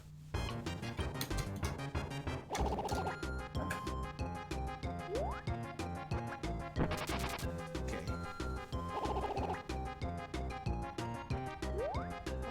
Okay, finally I went past one. Why? Oh, okay. My goodness. So that is the jumping minigame. What is this question mark one? Oh, this is the cutscene viewer. Okay. So... Oh, so Chef Kawasaki's one, I wouldn't be able to get anyways, because I guess it's like a sound-based minigame, and I have my volume on. I see. Sound-based one. So, we're gonna go ahead and hit start. I want you to get let's start from the lower levels just so you, can actually learn the game. But I'm actually going to let you be player one and I'll be your sidekick, Gooey.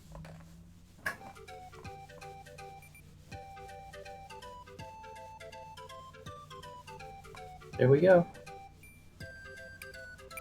So all levels have like a hidden little objective that you can also accomplish. Yeah, you can choose any level you want. I'd recommend starting the first one so you can get an idea of the game, but you can do whichever you want. That's the world select. So the tulip one is actually the first one. And I am here. Oh no, what is that? I am Gooey. I am your friend.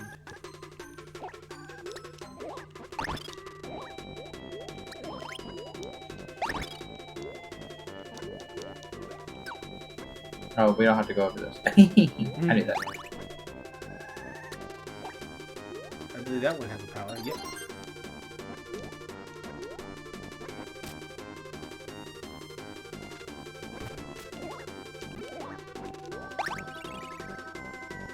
You can go whichever way you want. I will just follow along. I will take his power. Now I also have the cutter.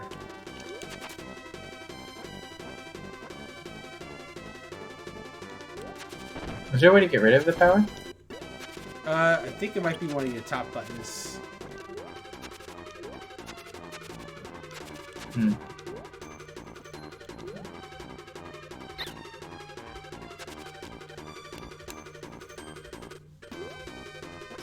Oh, for me it was the select button. I don't know which one might be for you. Whee! Oh. Okay, you took the hit. Okay.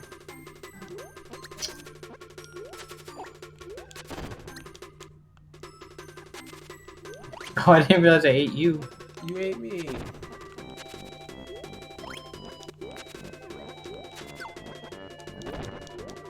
One of my favorite things about the loading screens in like Smash are when they talk about like King DDD's move that mimics Kirby's, where he like does the suck and swallow. Yes. And they're like, yeah, but King DDD doesn't change form because he's already perfect.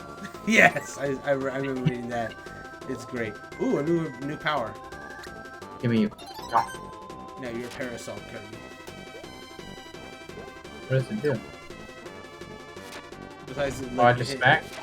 But then I think you also land safely. Watch out. Watch out. You guys better watch out. Whoa, what up? Hey, look, Bronto birds. Yeah, true. Oop. Um, I will take that power.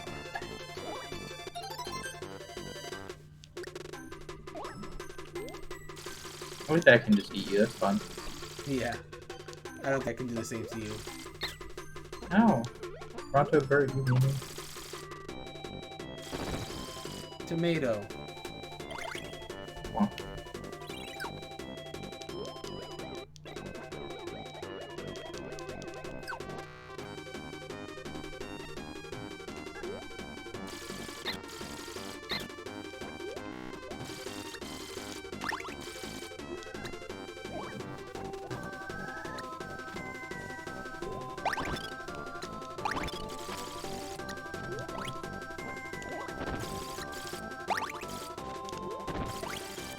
More lightning dudes.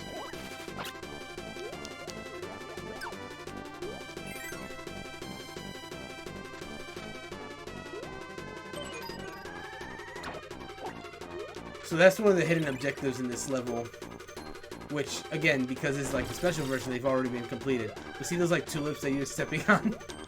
Yeah. Like the objective of the hidden objective of the level is to like not step on any of them. Oh, I think I ate you. My bad. Oh, yeah, I'm gone. And I'm back. Oh, we're invincible. Dum, dum, dum, dum, dum, dum, dum, dum, dum, dum, dum, dum, dum.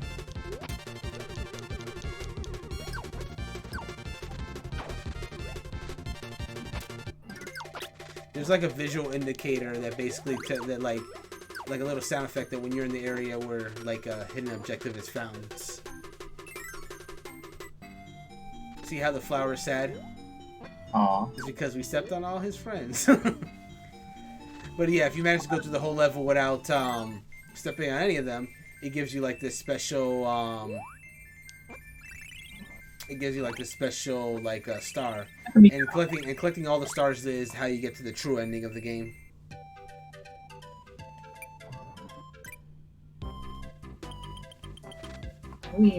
Oh, who is this? Someone that has the power, I think. Yeah. Oh, it's gone Oh, now. I spat it out. Rip. Ooh. Yeah.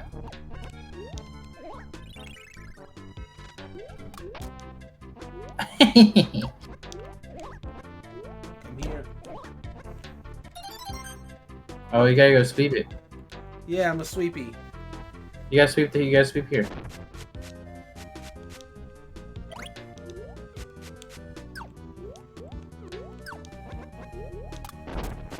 Fun fact, that enemy is technically in Kirby 64, the broom lady, but she only appears in the background in Kirby 64. You can't actually, like, fight it. Oh, fire.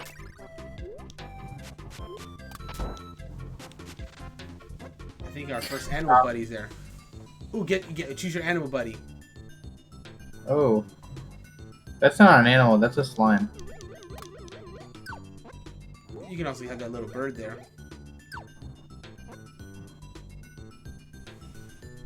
Did I select him? How do you... I think you got it. There you go. What's cool about it is, like, the animal buddy actually augments your powers.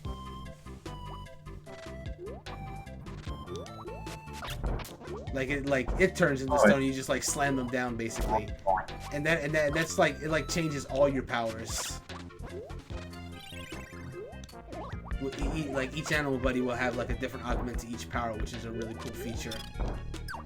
So if we were to give it like the broom, for example, the bird would do something different.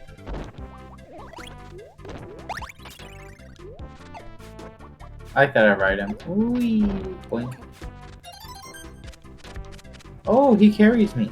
Mm-hmm. Boink.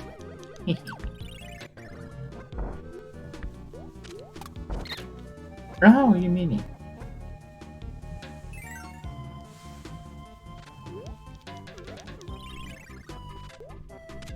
Oh, hey, Oh, that's a spiky man. Yeah, he's so mean. He looks so cute when he's not in the area, but then he's so mean when you're near him.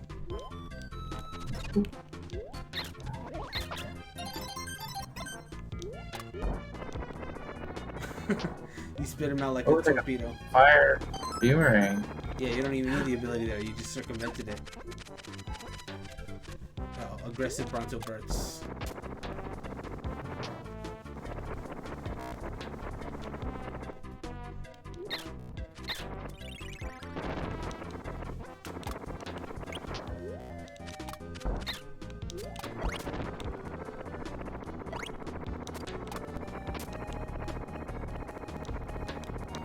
I remember Jarrell seeing like the tick enemy, the ones that have the spike on their heads, and thinking they're so adorable, and then they have that evil face when they're near you. I think my bird's broken. Oh dear, not the bird. They just couldn't find it. Oh no. Watch out. Fire with fire. What was that? These are hogs. Yeah, they're going hog wild on you. You shut your mouth. I forgot what that one did.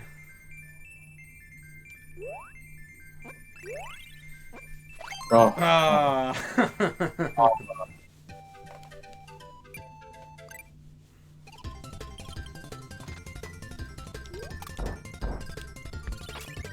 Ow. See what lightning does. Oh my god, it's like a remote control bird. Oh my goodness. This is so advanced for this news. Hello. I know, right? Oh my, that was me. But you can choose another animal buddy if you like. That's a fish. That is a fish. Excuse me? Yeah. Literally just makes a light bulb. What is this evil bird? It's an owl. And he just like literally rains lightning upon his foes. With that. That's honestly the most impressive thing about this game, that for every, I think there's like 6 animal buddies and each one gives Kirby, like, so this game obviously didn't have the copy, the combination copy that 64 had, but like, the fact that all abilities had the way Kirby used them and the way the animal used them was like kind of crazy. I like his and co-op, which Kirby 64 didn't actually have.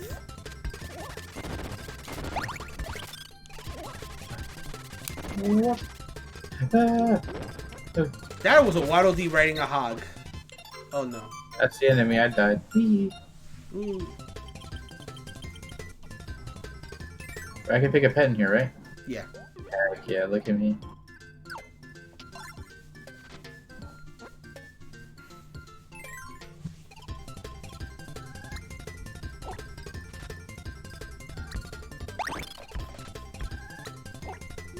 Ooh, see what the stone does. Oh, okay. There's that.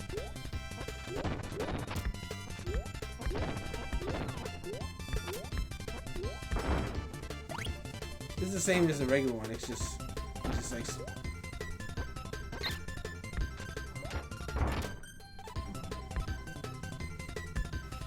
So you might have already guessed this at this point, but Kine is not the best for like ground levels. But if you're in a water level, Kine is god tier. Oh, this is an auto scroller. You gotta keep climbing. Yikes. Oh, that's my jump.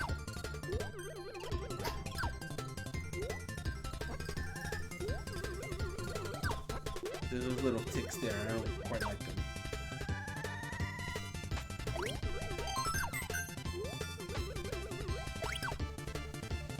Well, not too bad. Uh-oh. Having Call to Duty? Oh, hey, the first minigame. It was an I one. Yeah.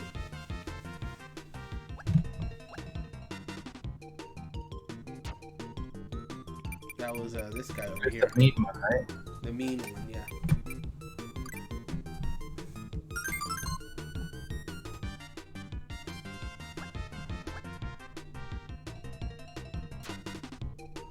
That was a blank stare guy.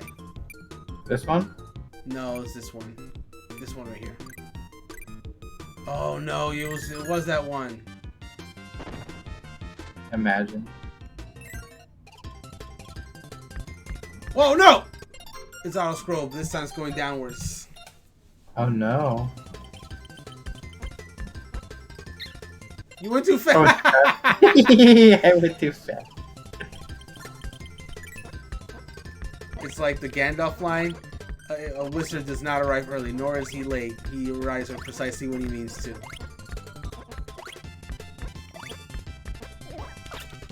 I was like, I'll handle them. Wee. Uh-oh, Shotzos. Ow. Oh, that is a giant Shotzo?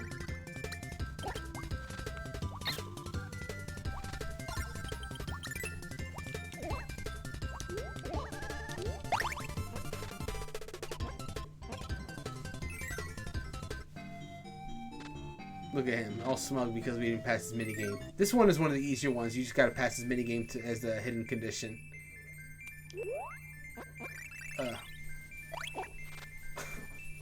What did you get? It was the mean guy. We're gonna go ahead and I think cut it off there for now because we got one more game to play for the night. Unless you want to do a boss real quick. I love Whiskey. Wait. Can we not fight him? Oh no! I guess not. I'll let you fight him. Alright, there we go. We did the boss. Hold on, I'll let you fight him. This is special version, so all the bosses are available. I will let you teach him a lesson.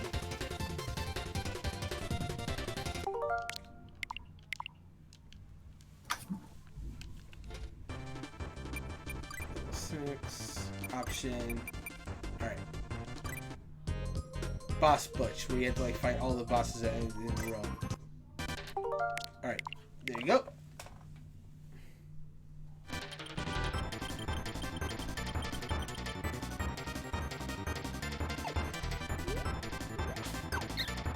Ow. Rude.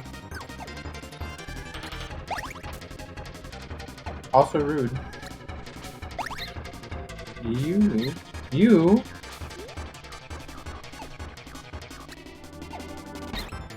Oh. What a mean guy. Oh, okay. That's what I needed. Why? Why every time? Take that. It's not right. Oh, that's not the way. Okay.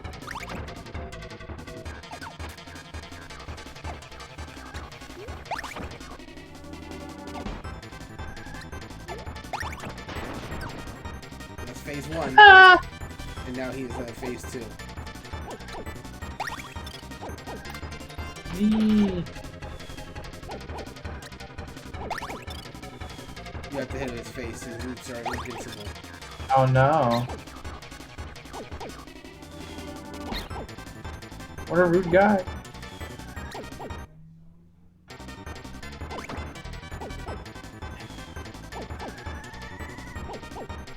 Turn around. Ooh.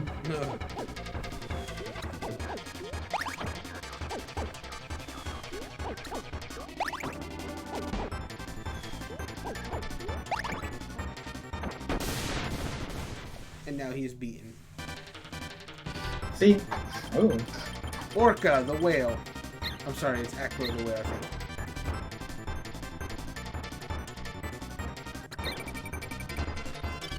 Didn't he used to be like in the water?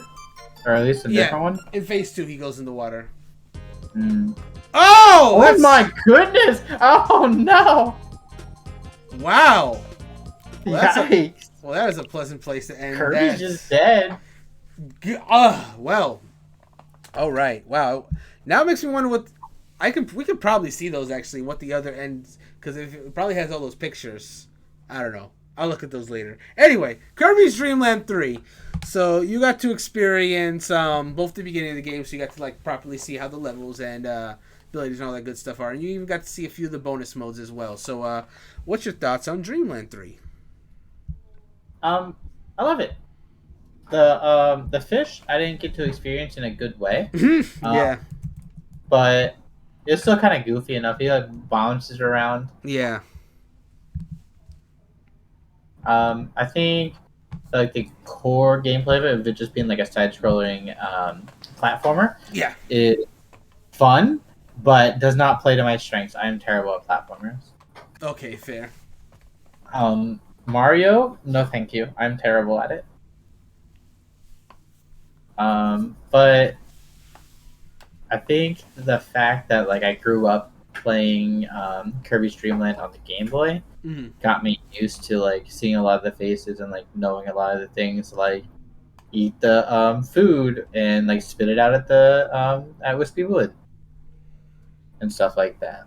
Yeah, I was not ready for phase 2. That took me by surprise. Yeah, he gets aggressive in that phase, which is funny because I remember there's a similar phase for the Wispy Woods fighting Kirby 64, where it gets aggressive, but because of the way that game is set up, where it's kind of like a 2.5D, it's like still in the center, but it's just kind of like following you and spitting the blast at you from the center, which is an interesting way to go about it as well.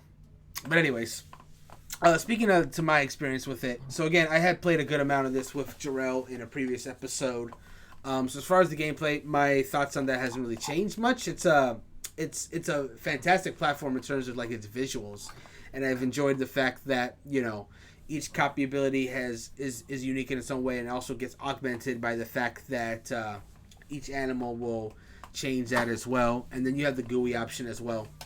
So really, I'm only going to be talking about some of the stuff that's added for the special version, which is stuff you just get by just regularly unlocking the game 100% and all that good stuff. The boss rush mode is a great post-game challenge for those who want to challenge all the bosses, because you don't get abilities for those fights, nor do you get animal buddies. So you have no abilities, and your health stays for the entirety of that. So it's just the ultimate test of those who want to show how good they are at Dreamland 3. You can also rush through all the mini games. Again, that's also a post game criteria. See how many of them you can do. You and your friend could challenge that together as well. Sound test, artwork, so you can just review all this stuff. Yeah, it's really like, unlike Dream Course, which is like unlocking more levels. It's pretty much what you already had in the base game of Dreamland 3, just more options, just to access more stuff that you can. And I said this game held up in my last episode where I talked about Dreamland 3, and it very much still does. Like, knowing that there is such good post-game rewards and rewards for you getting that 100% makes it worth it. And if you're not interested in completing the game, like doing the 100% run, this is a good way you can still get all those benefits without having to do all that if you don't feel like it. Which I think is really cool. You can literally pick and choose which levels you want to do. So with this as if I see this like a companion piece to Dreamland 3, basically cheat codes don't exist in Dreamland 3, but if it did, I guess this would be the cheat code of that, just the unlock everything cheat code. And I don't have a problem with there being a cheat code options for those who want it. If you want to unlock everything yourself, the regular version is right there. If you don't feel like doing it, then this version is there for you as well. So, and I think even for someone like you who's not really a huge fan of platformers, this is just a fun way to just like pick and choose which levels you want to do. If that looks interesting, you can do that, and if you don't have to do it. So, it's a good way to, if you don't want to go through the whole course, it's a good way to get the nice smorgasbord of levels that look fun to you.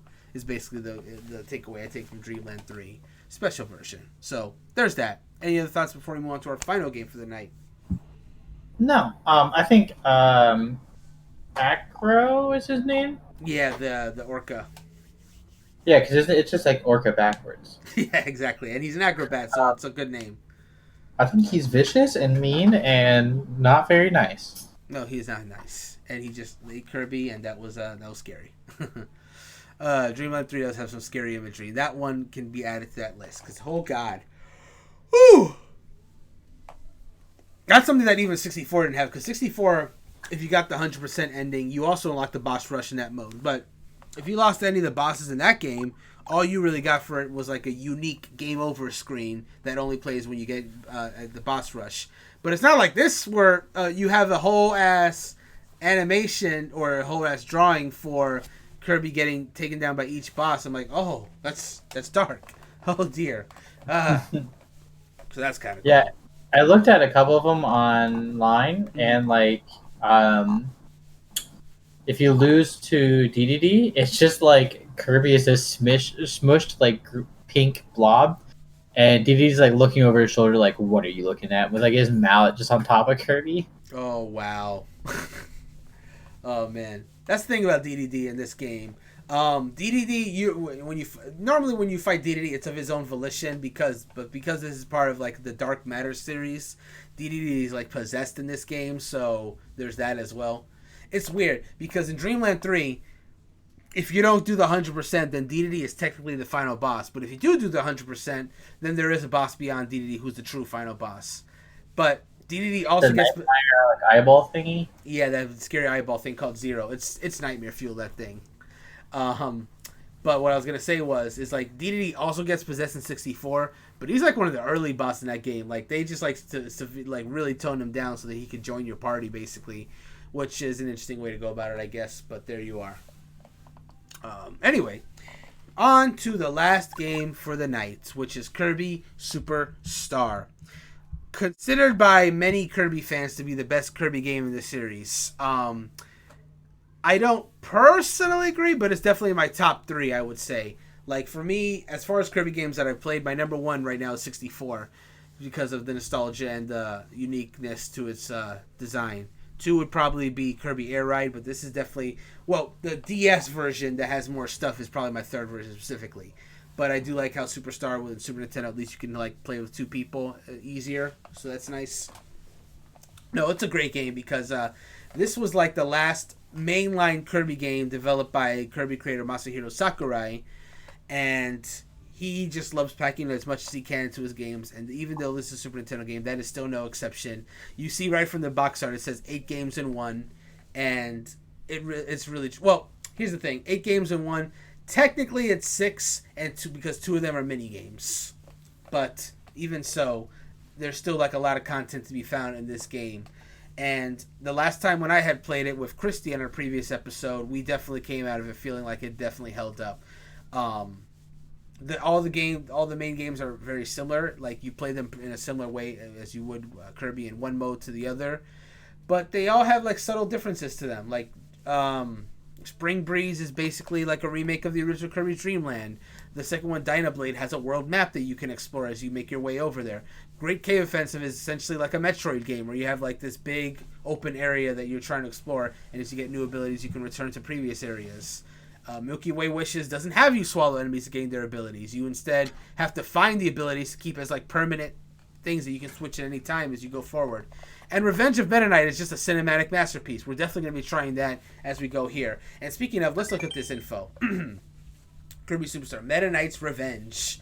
You can play Milky Way Wishes and the arena too. In this special version of Kirby Superstar, the secret modes are all unlocked. Revenge of Meta Knight, Milky Way Wishes, and the arena are all available. Plus there's the sound room menu, a staple of the Kirby series. In Milky Way Wishes, you can't copy abilities from enemies like you normally would, but you can collect abilities by using the deluxe copy ability. Then you can use an ability to collect as much as you want, so there's no need to hold back. Let's go right into it.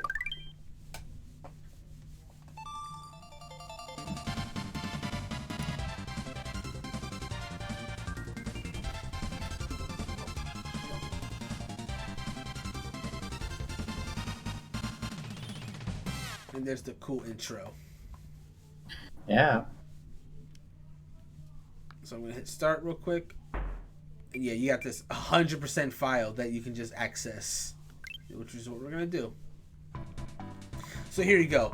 First off, I mentioned this in the last episode where I did Superstar, but I love the presentation of the menu, where it's like literally just like all tacked on to like this board as the different modes.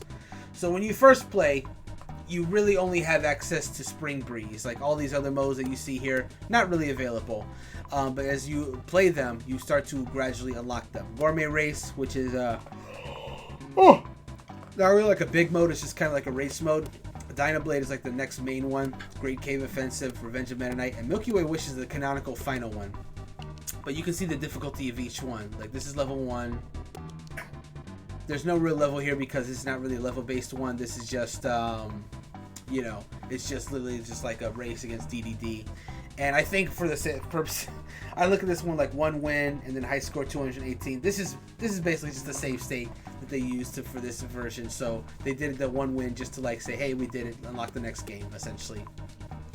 Dynablade is 3. Great Cave Offensive is 4. I think Revenge of Meta Knight is 4 as well. Yep. And then the final one, Milky Way Wishes, is 5.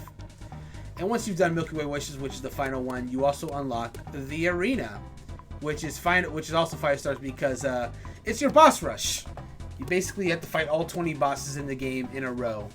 Oh my goodness! But unlike the boss rushes of the Dreamland 3 and 64, you can restore health. I don't know if you remember in Smash where they had the All-Star mode where you had like 3 heart containers that you can choose at any time. It's the same concept. You for your 20 bosses, you have like 3 maximum tomatoes. You have to decide when to use them because once you've used all 3, you can no longer do it.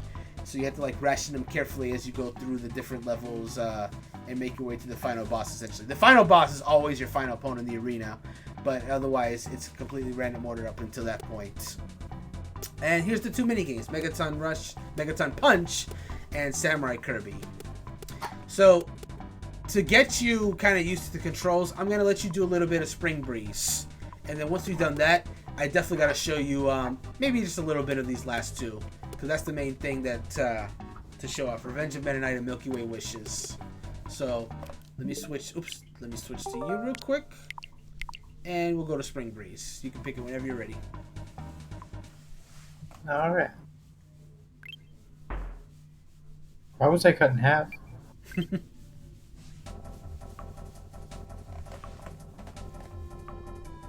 Welcome to the beginner show.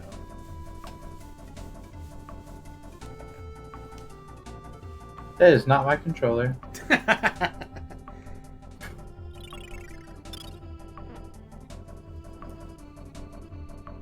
He is a jolly fellow. He is a very jolly fellow indeed. Oh my god. I just saw your tweet. Poor Kirby.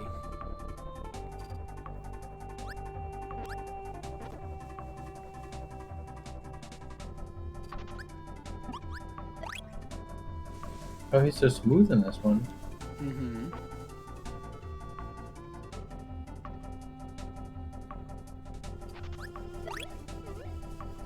Big boy.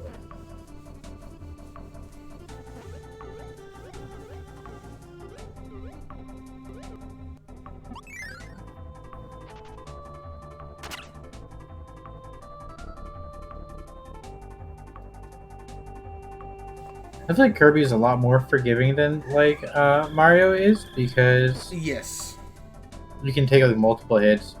Whereas like if you're Pro Mario, you're dead if that Yeah. Goomba touches. That's one thing I've always liked about the Kirby games. Yeah, that is a significantly more forgiving than the Mario games in that sense. That's why I've always enjoyed them, honestly, for that reason. You have the limited jumps, you have the health, and you have all the abilities, which you can access at any time, unlike the Mario. Like, Mario power-ups are good, but, like, it's not as much as the copy abilities, though. And that's one thing I've always enjoyed about Kirby games as well, is that they're very beginner-friendly. But if you do want that challenge, it's always available there. Like, mostly, like, if you're, like, as a kid, I was able to complete Kirby 64. It wasn't too difficult to do that. And then when I got a little older, I found out that there's levels you can get for getting 100%, and so I did that. And those levels are hard. But if you're just like a little kid that just want to see the credits to say that, hey, you finished the game, it's easy enough to do that. And then there's the challenge there for those who want it. And then if you want even more challenge, I mean, there's also that boss rush modes that gets locked at the end. Yes, you can make a helper friend. I will take over as helper if I can. Yep, I am now the helper. I will help you. That's the other thing I like about this game, is that, like, it was the... Oh, and you turn me into a hat.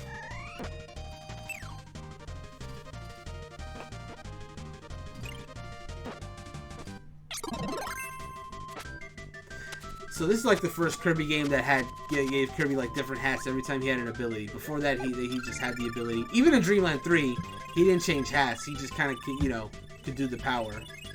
Right, yeah. But yeah, this is the first game that did the hats, and it was popular enough that it just eventually just became the standard. Oh my goodness, leave me alone. What a bad man. He has the power if you want it. Once it's defeated. There you go. You can take it if you want. You gotta get next to him, though. And he's about to... Yeah, he's gone. Oh, he has a power. I was trying to eat you.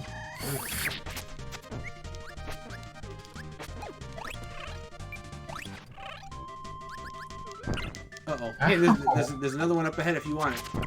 Oh, he's bombing me the heck, though. Oh, he blew himself up. I've never seen him do that before. Oh, that's dark.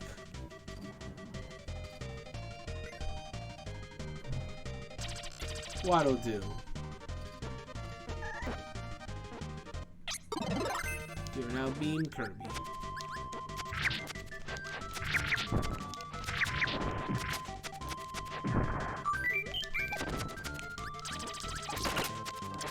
Ow. Okay.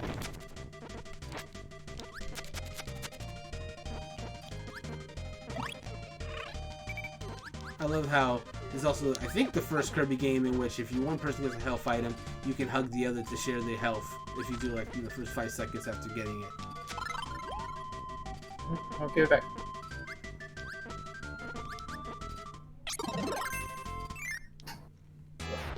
First boss is up ahead. This is not up, this is down ahead. This is true. Right, let's teach Hey, you a it's lesson. good.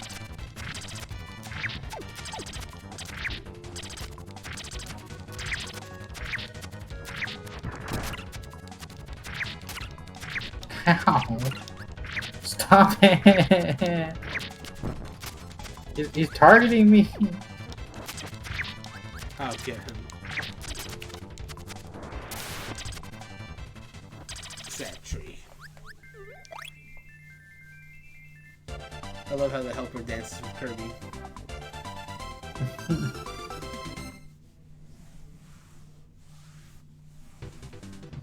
Float Islands. I like that they used like different types of shading to make it look more 3D before they got to the 64. Yeah.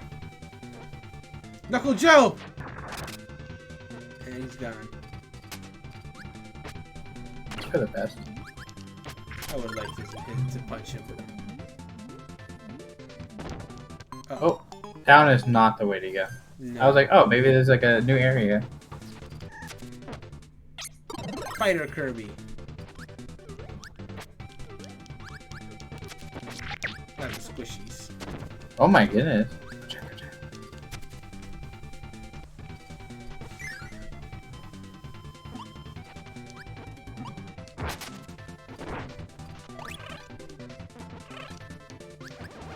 Oh no!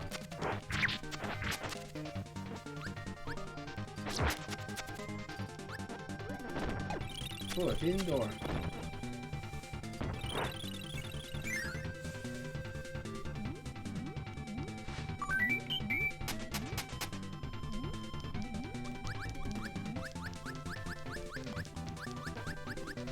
Come on now.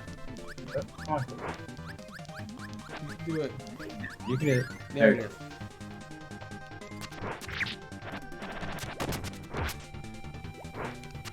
Ooh, a chili.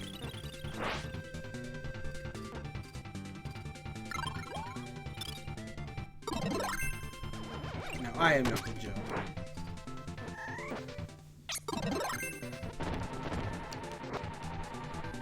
Oof. Gordo hurt. Knuckle Joe had like some cool combos. Oh, he does. He's one of my Like favorite you could abilities to have. uppercut it, get it up and the button. Yeah. Oh, I can help you. Can I get that? Oh. Can I not get this? Oh, you're not invincible. I am.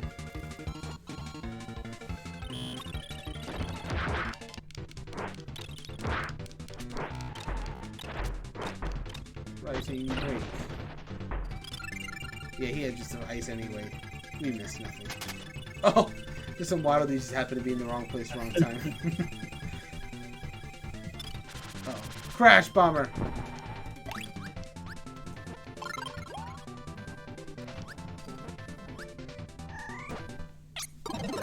The way of the sword.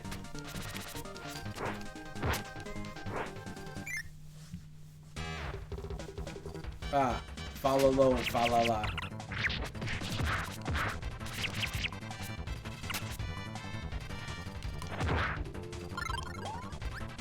Right now I want Oh, they do a lot of damage to me. Alright, follow low is dead. We gotta kill follow la.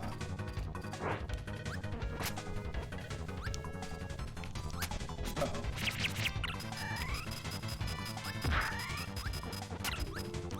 I'm gonna die. Just in time. Whew. You barely survived that one. That was very close. A lot closer than I wanted it to be. Now I dance. Alright, we live.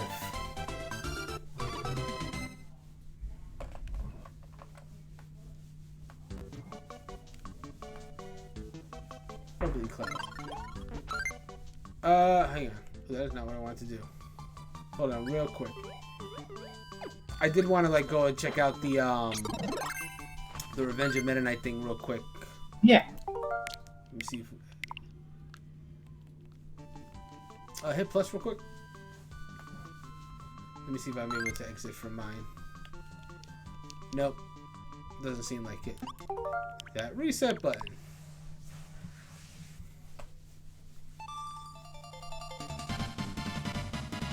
Alright. Revenge of Meta Knight.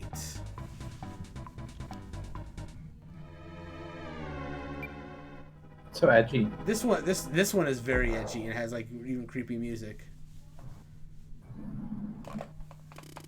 Kirby's here. He's heading toward us. Oh my gosh! What are we gonna do? He'll get in the way. Get rid of him. Sir Meta Knight, what shall we do? Soldiers near the deck. Assume combat mode.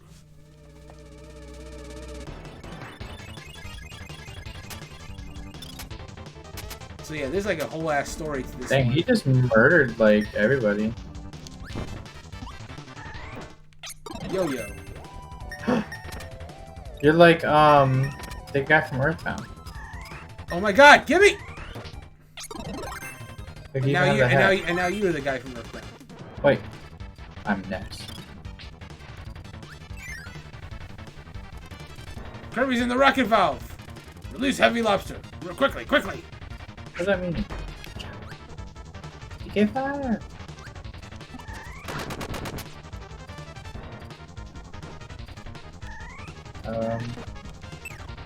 Alright, I'll figure out how ladders work here in a second. Ah!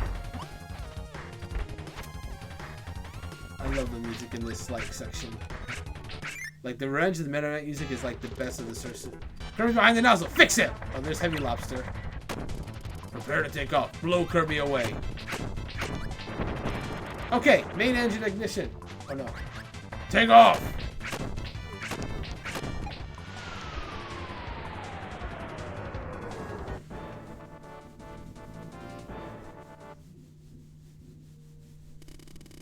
Kirby been blown into the ocean. That was sure close. I'll conquer Dreamland with the halberd. Our first target, Grape Garden.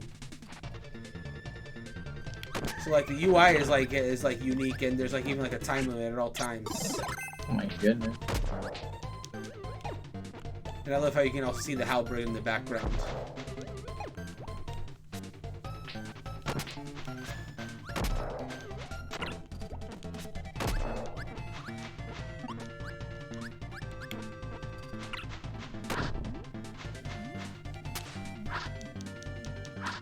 Oh, the poor birds.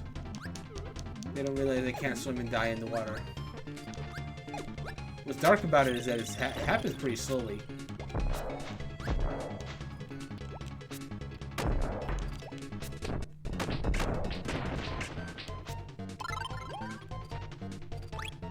Oh, I need to do that. That was a fighter.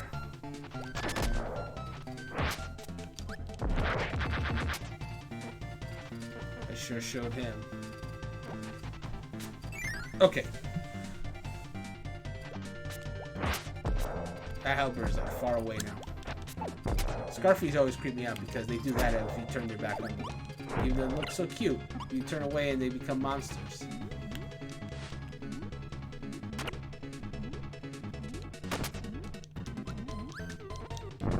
Oh god! He hit me hard. He hit me very hard. Oh no, not the Gordo.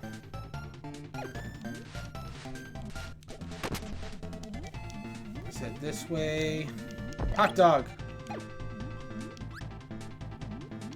Can I get that ice cream? Oh, that's non-water. Okay, we're just gonna move on. Uh-oh, auto scroll in water. Oh dear.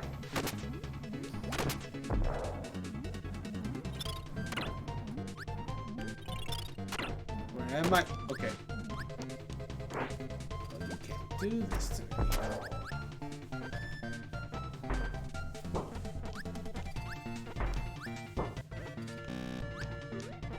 If you do this.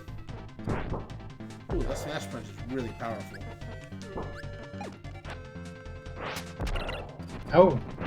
Oh no, I'll save you. Grab the glove. Quick, hit the bombs! Hit the bombs! Okay.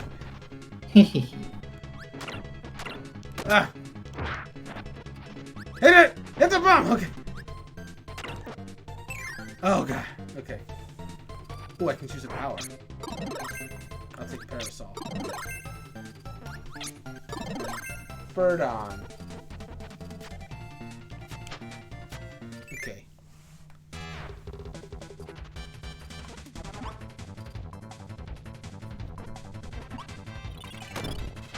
Wispy again.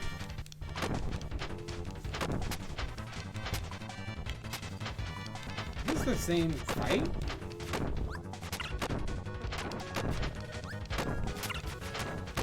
Oh, I just realized we don't have a lot of time. That's okay, we're done already. Oh! Oh no. Twin Woods. Now I remember this fight. Oh, I died. Rip. So did I. Wow. Oh god, I can't waste time. Which one do you want? It doesn't matter, whichever one. Okay. I'll be a bummer.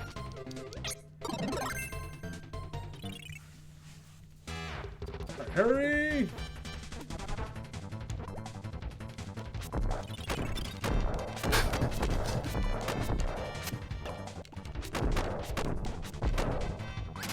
Oh crap.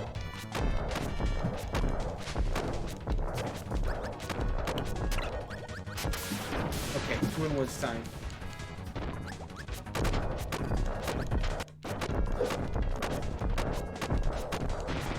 One down.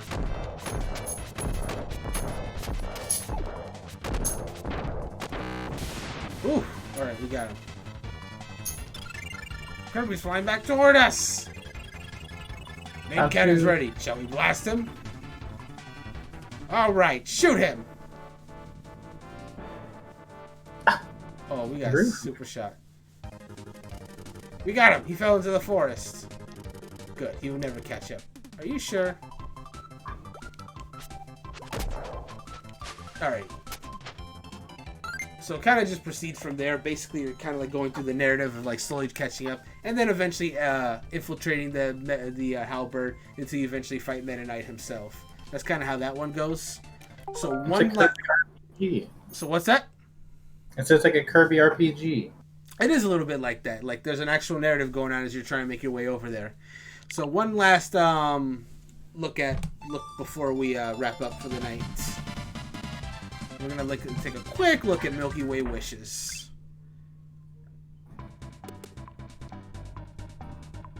And yeah, there's a clear rate and all that stuff, items, all that good stuff. I'm actually gonna hit continue because this actually gives us like other levels to choose from. But yeah, all these like planets are different levels, and that one at the far right there is like the final level. But we're gonna actually go to the beginning here. No, a seizure warning. Oh, look at the pretty froggy. So, yeah, you don't actually choose, you don't actually get the powers from the enemies. Like, instead you go to each level and you acquire the powers. And then you could, at any time, choose which power you want. Oh. But in a similar fashion, you can just, do that. And then while you're that, I will choose another power. So because this isn't a 100% file, we have all the powers at the disposal, but again, you do have to collect them if you're doing this like a new game, essentially. And slowly work your way up to becoming OP. Now, you don't just get there immediately. Is there a way that I can switch? Oh, I can. Yeah. Wheelie.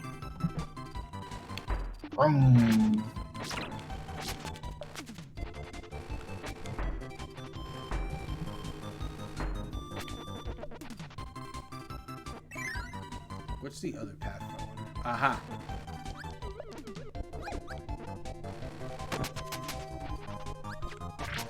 Ooh, tack. Oh. Wheelie's fun. What's cool about this? What's cool about this particular level is the seasons change every time you go through a door, and then what season is will determine which passageways you can go through.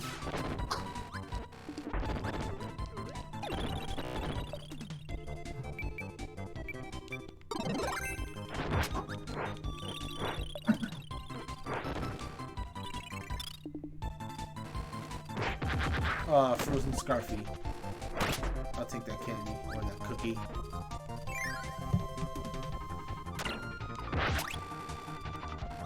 Flowery the flower looking.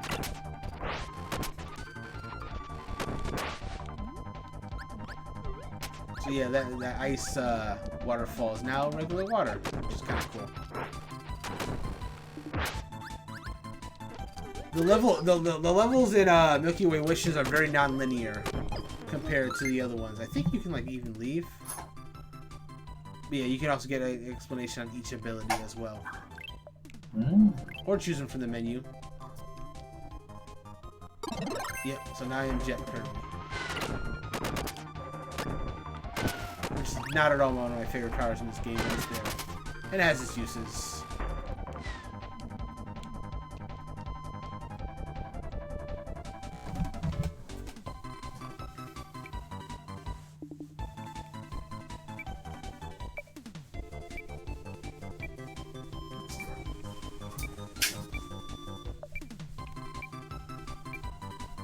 Capsule J, Bugsy. I like Bugsy. I'm big. He's a big enemy. Oops, wrong button.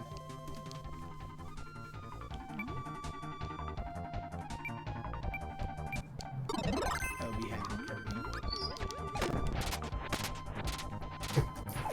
Let me out.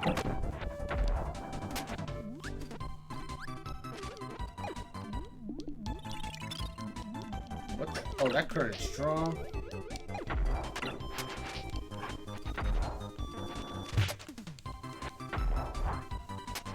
I love Bugsy. He has the super flexibility, and he just goes in for it. Watch out! How are we supposed to get in there? We might need to change the season again. I want to see what we activate if we do this. This looks like fall. This does look like fall. Which means we'll be going to winter next. No, we can cross this way.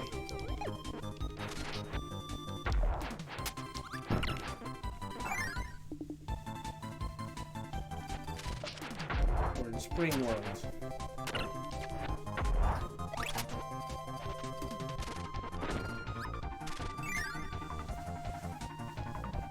Summer world.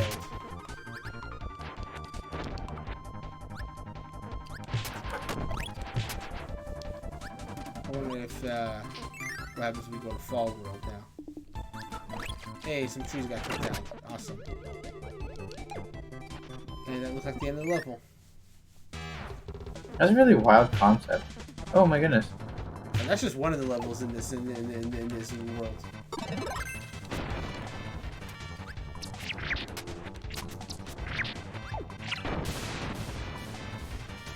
Woods have been absolutely destroyed. And we're at the Fountain of Dreams.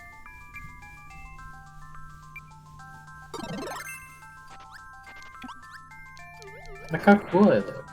Yeah, Bernie Leo's cool looking. What? What are you barking at? Ain't nobody here. Alrighty. I think that'll do it for the night though. So let's talk about the Kirby Superstar Special. Yeah, I can speak upon this because I've actually done some of these modes in like Superstar Ultra specifically for the DS. Kirby Superstar is already a fantastic Kirby game because from the core Kirby game you get introduced to all these different concepts, and with the special version people get to actually try those for themselves in a similar fashion to how they could in Dreamland 3 and Dream Course. You get to see the Milky Way, which is to see how that plays, which is, again, you collect the abilities and you just get to keep them for the entirety as you're going through it. And the Revenge of Meta Knight is more cinematic. So, it's stuff that I had already said about Superstar the last time I had spoken about it, but now more people get to try it themselves. If, again, they're not interested in doing the 100% completion, they just want to try the stuff out themselves. So, yeah, definitely still holds up, but how are you feeling about it? Oh, does she have to step away? Oh no, sorry. Somebody loud came into my house and was just yelling straight off the bat, just as soon as they entered the house. Oh, okay. Well. But we played like 3 different modes. We played with the first one, which was like it was pretty chill, pretty laid back. Yep. And then we moved to the Meta Knight one. Yes. That one was edgy, but it was like really funny because like every time Kirby like tried to like board the ship again, it was just like, all right, something new to knock him away. Yeah, it's funny like how he keeps getting pushed back, but he perseveres. He keeps going. And then the last one was fun because it had Bugsy, and I like Bugsy. Bugsy's very cool. He's like one of my favorite abilities. He's actually a pretty rare ability in the actual game overall. Bugsy's the only enemy that drops it, but he's like a mini boss, so you don't get it too often compared to the other abilities. But he has one of the coolest movesets with his suplex ability. Yeah, it's super dope. It is super dope. But no, yes, Superstar, very good game. If you, I said in the last episode, if you've never played it yourself, it's definitely worth checking out. And if you really do want to see what the full game has to offer, then you can just see the special version and check that out yourself. But this is actually a game that I would recommend trying to like get it like little by little, because then you get to experience more of the game by going through the different modes and whatnot, as opposed to the Dreamland 3, which, you know, there's different levels, of course, but it's still the fundamental same formula where Superstar will change it up. But both options are there for either purposes. So glad they are there. Any last thoughts before we wrap up for the night? Bugsy number 1. Bugsy's pretty high up there. I'm a bonkers man myself because I love that hammer, but Bugsy's high up there. And Knuckle I didn't see Hammer in the list when I was trying to switch through it to like the quick switch. Oh, you might have missed it, but like Bonkers the monkey is the one that has the hammer. Maybe just like Bonkers, and I was like, I don't know what that is. Yeah, yeah. No, I love Bonkers as well. He's really cool. But I was kind of hoping it'd be DDD. Yeah, they do something similar to that in later Kirby games where they give DDD like the Bonkers like moveset or Bonkers the DDD like moveset. Anyway, either way, you have a nice big hammer boy in later Kirby games. Like Return to Dreamland has that where you can play as DDD. I think Star Allies has that as well, where you can select DDD as one of your friends and he'll have his big hammer moveset that you can use.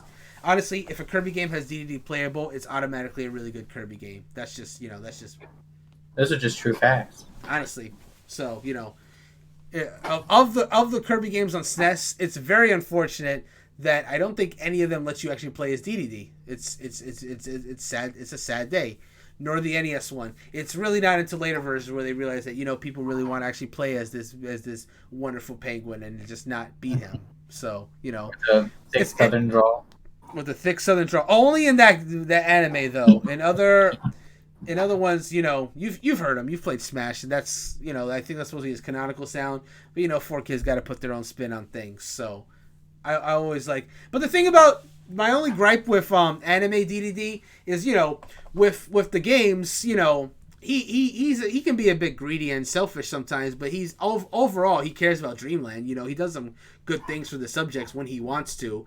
But the anime, he's just a straight up villain. Like every other week he's doing just straight up mean things, always trying to take down Kirby with his latest monster.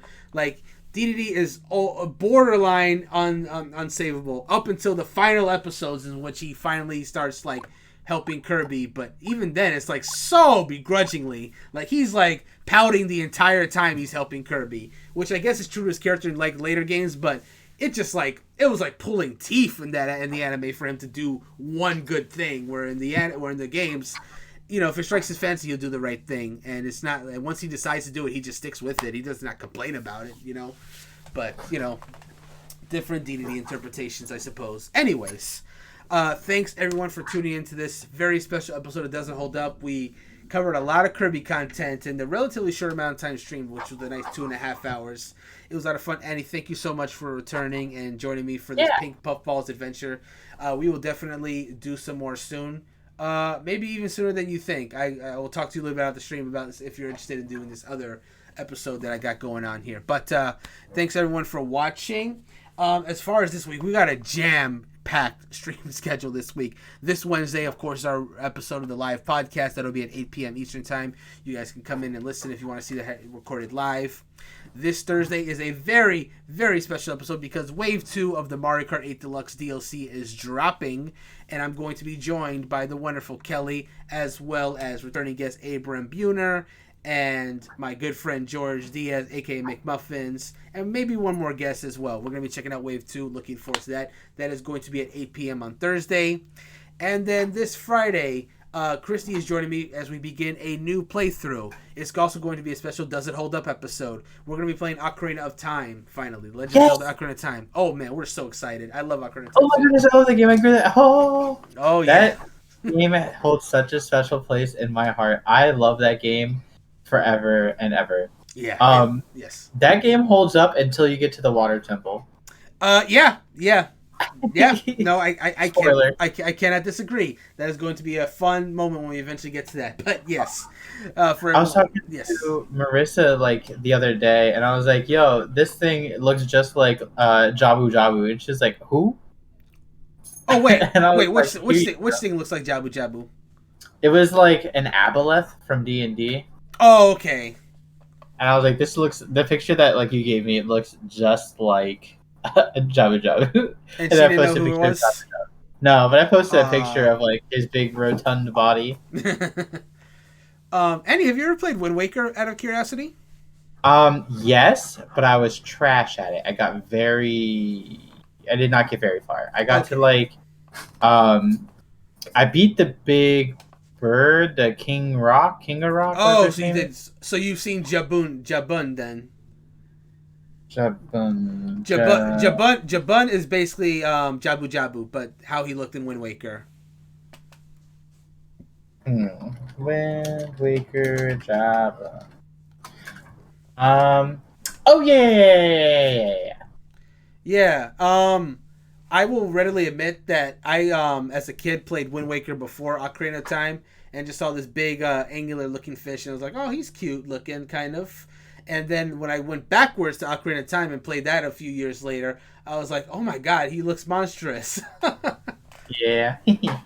Jabu Jabu is like definitely not my favorite dungeon in Ocarina of Time. Also, spoiler alert, but yeah, no, it's if I had to rank the Zelda dungeons like Jabu inside Jabu Jabu's belly would rank pretty low, but that's a relatively minuscule part in overall wonderful game. But yes, Christy and I will be playing that on 7 p.m. Eastern as part of a doesn't hold up episode that is also going to be start of our cooperative playthrough of that entire game. So you guys can look forward to that. Not only this coming Friday, but in the coming weeks as we work our way through that story. 100% playthrough because I do like doing all them side quests in Ocarina of Time, including the Ghost Gotulas. Oh yeah, Big Goron Sword, Ghost Gotulas, Heart Pieces. We're doing it all. Christy has never 100% of that game, so I'm going to be guiding her to glory in this. Oh my goodness, I'm so excited. Oh yeah, I am too. I very much am. It's going to be a lot of fun. It's gonna be a lot of hey, listen.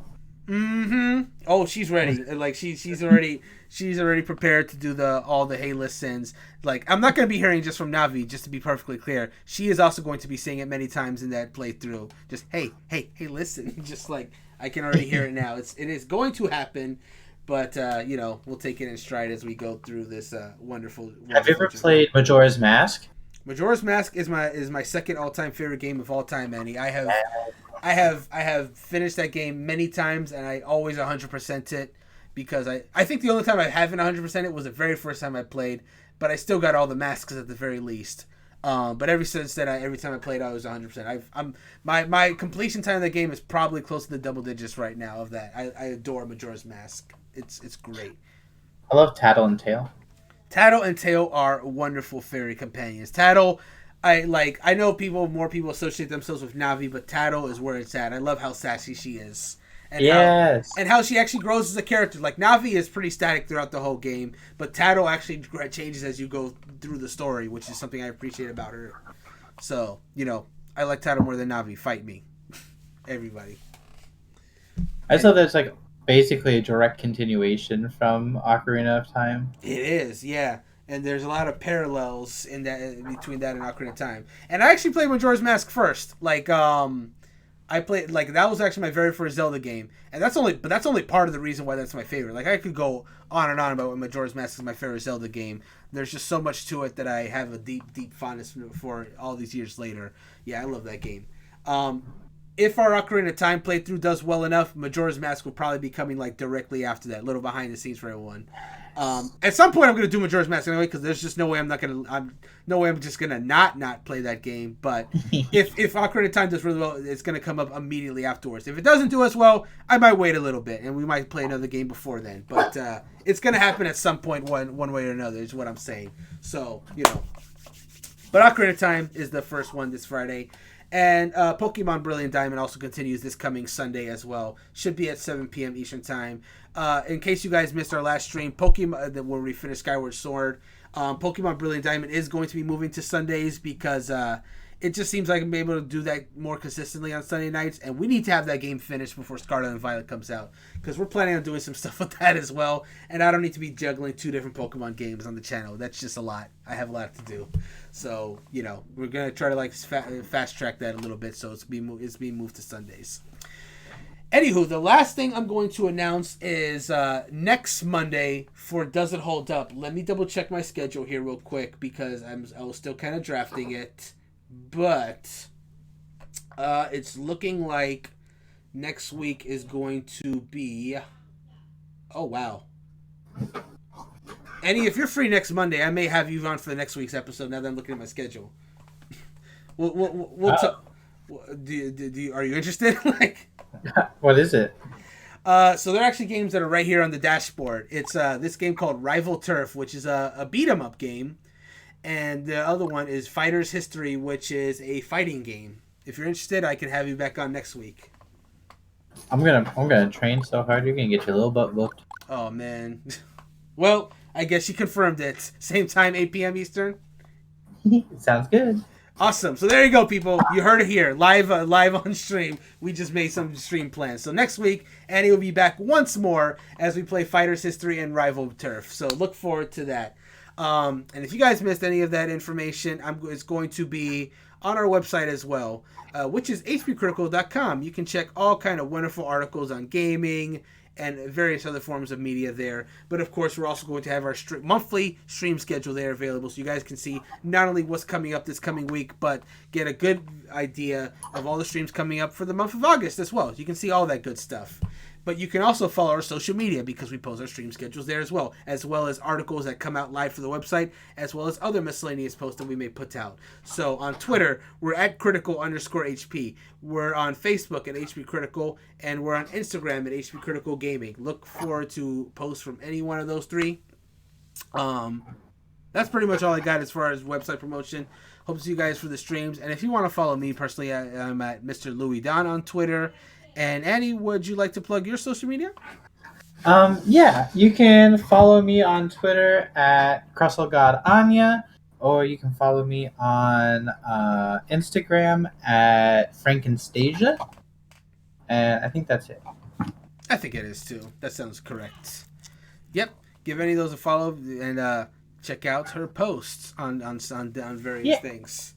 And would you want, real quick last thing before we wrap up, would you like to tell the people why you're called CrustleGodAnya on Twitter? Because there's never been a better Crustle player in Pokemon Unite than me. That's why. I picked up Crustle and Dwebble, and I played like one game, and I was like the all-star, like first game, and I was like, oh, this is a support character though. And then I played my second game, and it was all-star again, and I was like, oh, this is just a really good character. And then I haven't played Pokemon Unite in like a little bit, but I'm going to go back into it. I'm going to beat some more people as Crustle because Crustle's just good. I need to get back into it because they just added Buzzwole to the game, and I actually really like Buzzwole. So I got to really? Oh my goodness! So I got to try him out, see how he plays. They also added like Squovit like shortly after I stopped really playing. I still played a little bit every once in a while after that, but he completely captures my heart. He's so cute and chubby. Squovit is adorable. I'm not Greedent is not as adorable, but Squovit is just an absolute joy. I gotta try Greedent as well. I haven't tried them either, but it's probably been longer for me since I played Pokemon Unite. But I remember having a great time with it, so I would like to go back. You just tell me when. We'll go. Oh, we'll talk. I want to have something. So not only Pokemon Unite, but we haven't played Puzzle League in forever, so I'd love to play that again with you. We had some good time that last time. Yeah. For sure. Anywho, we're going to let you all go for the night. Thank you guys so much for watching. And until next time, bye. Bye. Bye.